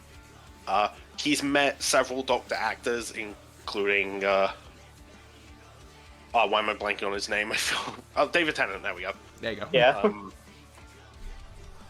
And he's even like cosplayed as one of the Doctors when we go to Comic-Con. Yeah, no, he likes Ash vs. Yugi more than the Doctor's episode. Yeah, this was again. Dang. This was a really solid episode, whatever you say. But this is our collective number one, which I mean, it's sad that it's both our number two, but with the way ranking went, this was our number one, which is kind of funny. But it's funny that our number ones were number 3 and 2. I was gonna say it was a close between the top 3 again. If it came down to 1 point each, yeah, it could have been any other way. Yeah, but again, before well, actually, we're gonna do one more thing because this is the ending of our video. But we're also gonna have our guest here also do this. With obviously Death Battle coming back, and we asked our other 2 guests that we had on, if you were to bring a character from a series into Death Battle, what character would you bring, and why? Bobo. Ooh, Bobo. Bobo, because the stuff I've heard about him just sounds so goddamn hilarious that I want to see Wiz and Boomsday talk about it. Like, he has a speed feat where he was moving so fast his artist couldn't keep drawing him. Oh god. And of course, the only limit for him summoning, other characters out of his hair is copyright law. He's even said it himself. But I don't think that'll be an issue in a death battle, so in theory he could summon every previous combatant that's been on the show. Oh god. I think the only issue is they're from Koei. That's really it, because they're the ones that claim the Saitama clip. Curse you! Oh, they're from Koei, then no. But again, Yeah, so but I just think there's so much fun to be had with Bobo in an episode. alright, so I can definitely see the fun potential. with Bobo. So Sean, who would you say would want to see? I mean, I have a few feelings. I know who you may say, but go ahead. I have so many fun options to pick. I'm going to be interesting with this one. I'm going to pick Mael from Expedition 33. Ooh, I probably had a feeling that was a good one, but not bad voice. With the game's popularity and a push for her to come on the show, despite the game barely being out for a year, I think there's a lot that Death Battle could do with this character and the franchise she comes from. Obviously, the music potential is the biggest thing going for it. The 2 biggest matches would be a lot of fun, regardless of which one it is. I mean, it's one of those. I think Expedition 33 is. I want to personally play it for myself, but I need the money and other fun stuff with that to play it. But again, I would like to see her. It is a her, Sean, correct? Yes. Thank you. that would be interesting. But I guess we'll go with Reece. Who would you want to see? Again, I have a lot of options, but I have to go with this one. I really want to see King K. Rool on the episode. Another person who was on the champion island, but didn't make the cut. Yeah, I think K. Rool would be a really fun character to have on the show, and plus, another Donkey Kong representation on the show would also be really cool to see. Mm-hmm. I mean, and what better choice to be the villain? That is true. I mean, K. Rool is a character who would think is overdue. It's obviously, if you're in the Lads server, he's getting a Lads debate in the future. Now against who? That's another $50 million question. Don't ask Sean in the comment section below who it is, because he probably will not say. We're working on it, damn it. That's why I said that. We're That's why I said that. True. But yeah, it'll be there in time. Yeah, I mean, but you saying K and K Rool, I have this. I was thinking about this before. You would think, oh, he's gonna say one of his characters he has on his banner. Actually, no. A character I want to see on Death Battle is Kim Possible. Ooh, I was not expecting that. Okay, I think Impossible versus Batgirl. but again, Please no. I'm gonna say this, okay, this is asking this question. Who of you who's in this, listening to this, didn't have a crush on Kim Possible when you were younger? I never watched it. Me. Sadly, I never watched it either. Unfortunate souls. But just RKO out of Christian Impossible. Got it. And of course, both Johns have seen Kim Possible. But yeah, Kim Possible is an amazing show. She's with my childhood. Yes, you may say, "Oh, it was a girl show." No, it wasn't. It was an awesome show, so you can shut up. But just to see her in Death Battle and them cover another Disney character that hopefully they can do better on. But just to see her in an episode would be neat to see, plus all the gadgets and all the crap that she's gone through. Just be cool to see.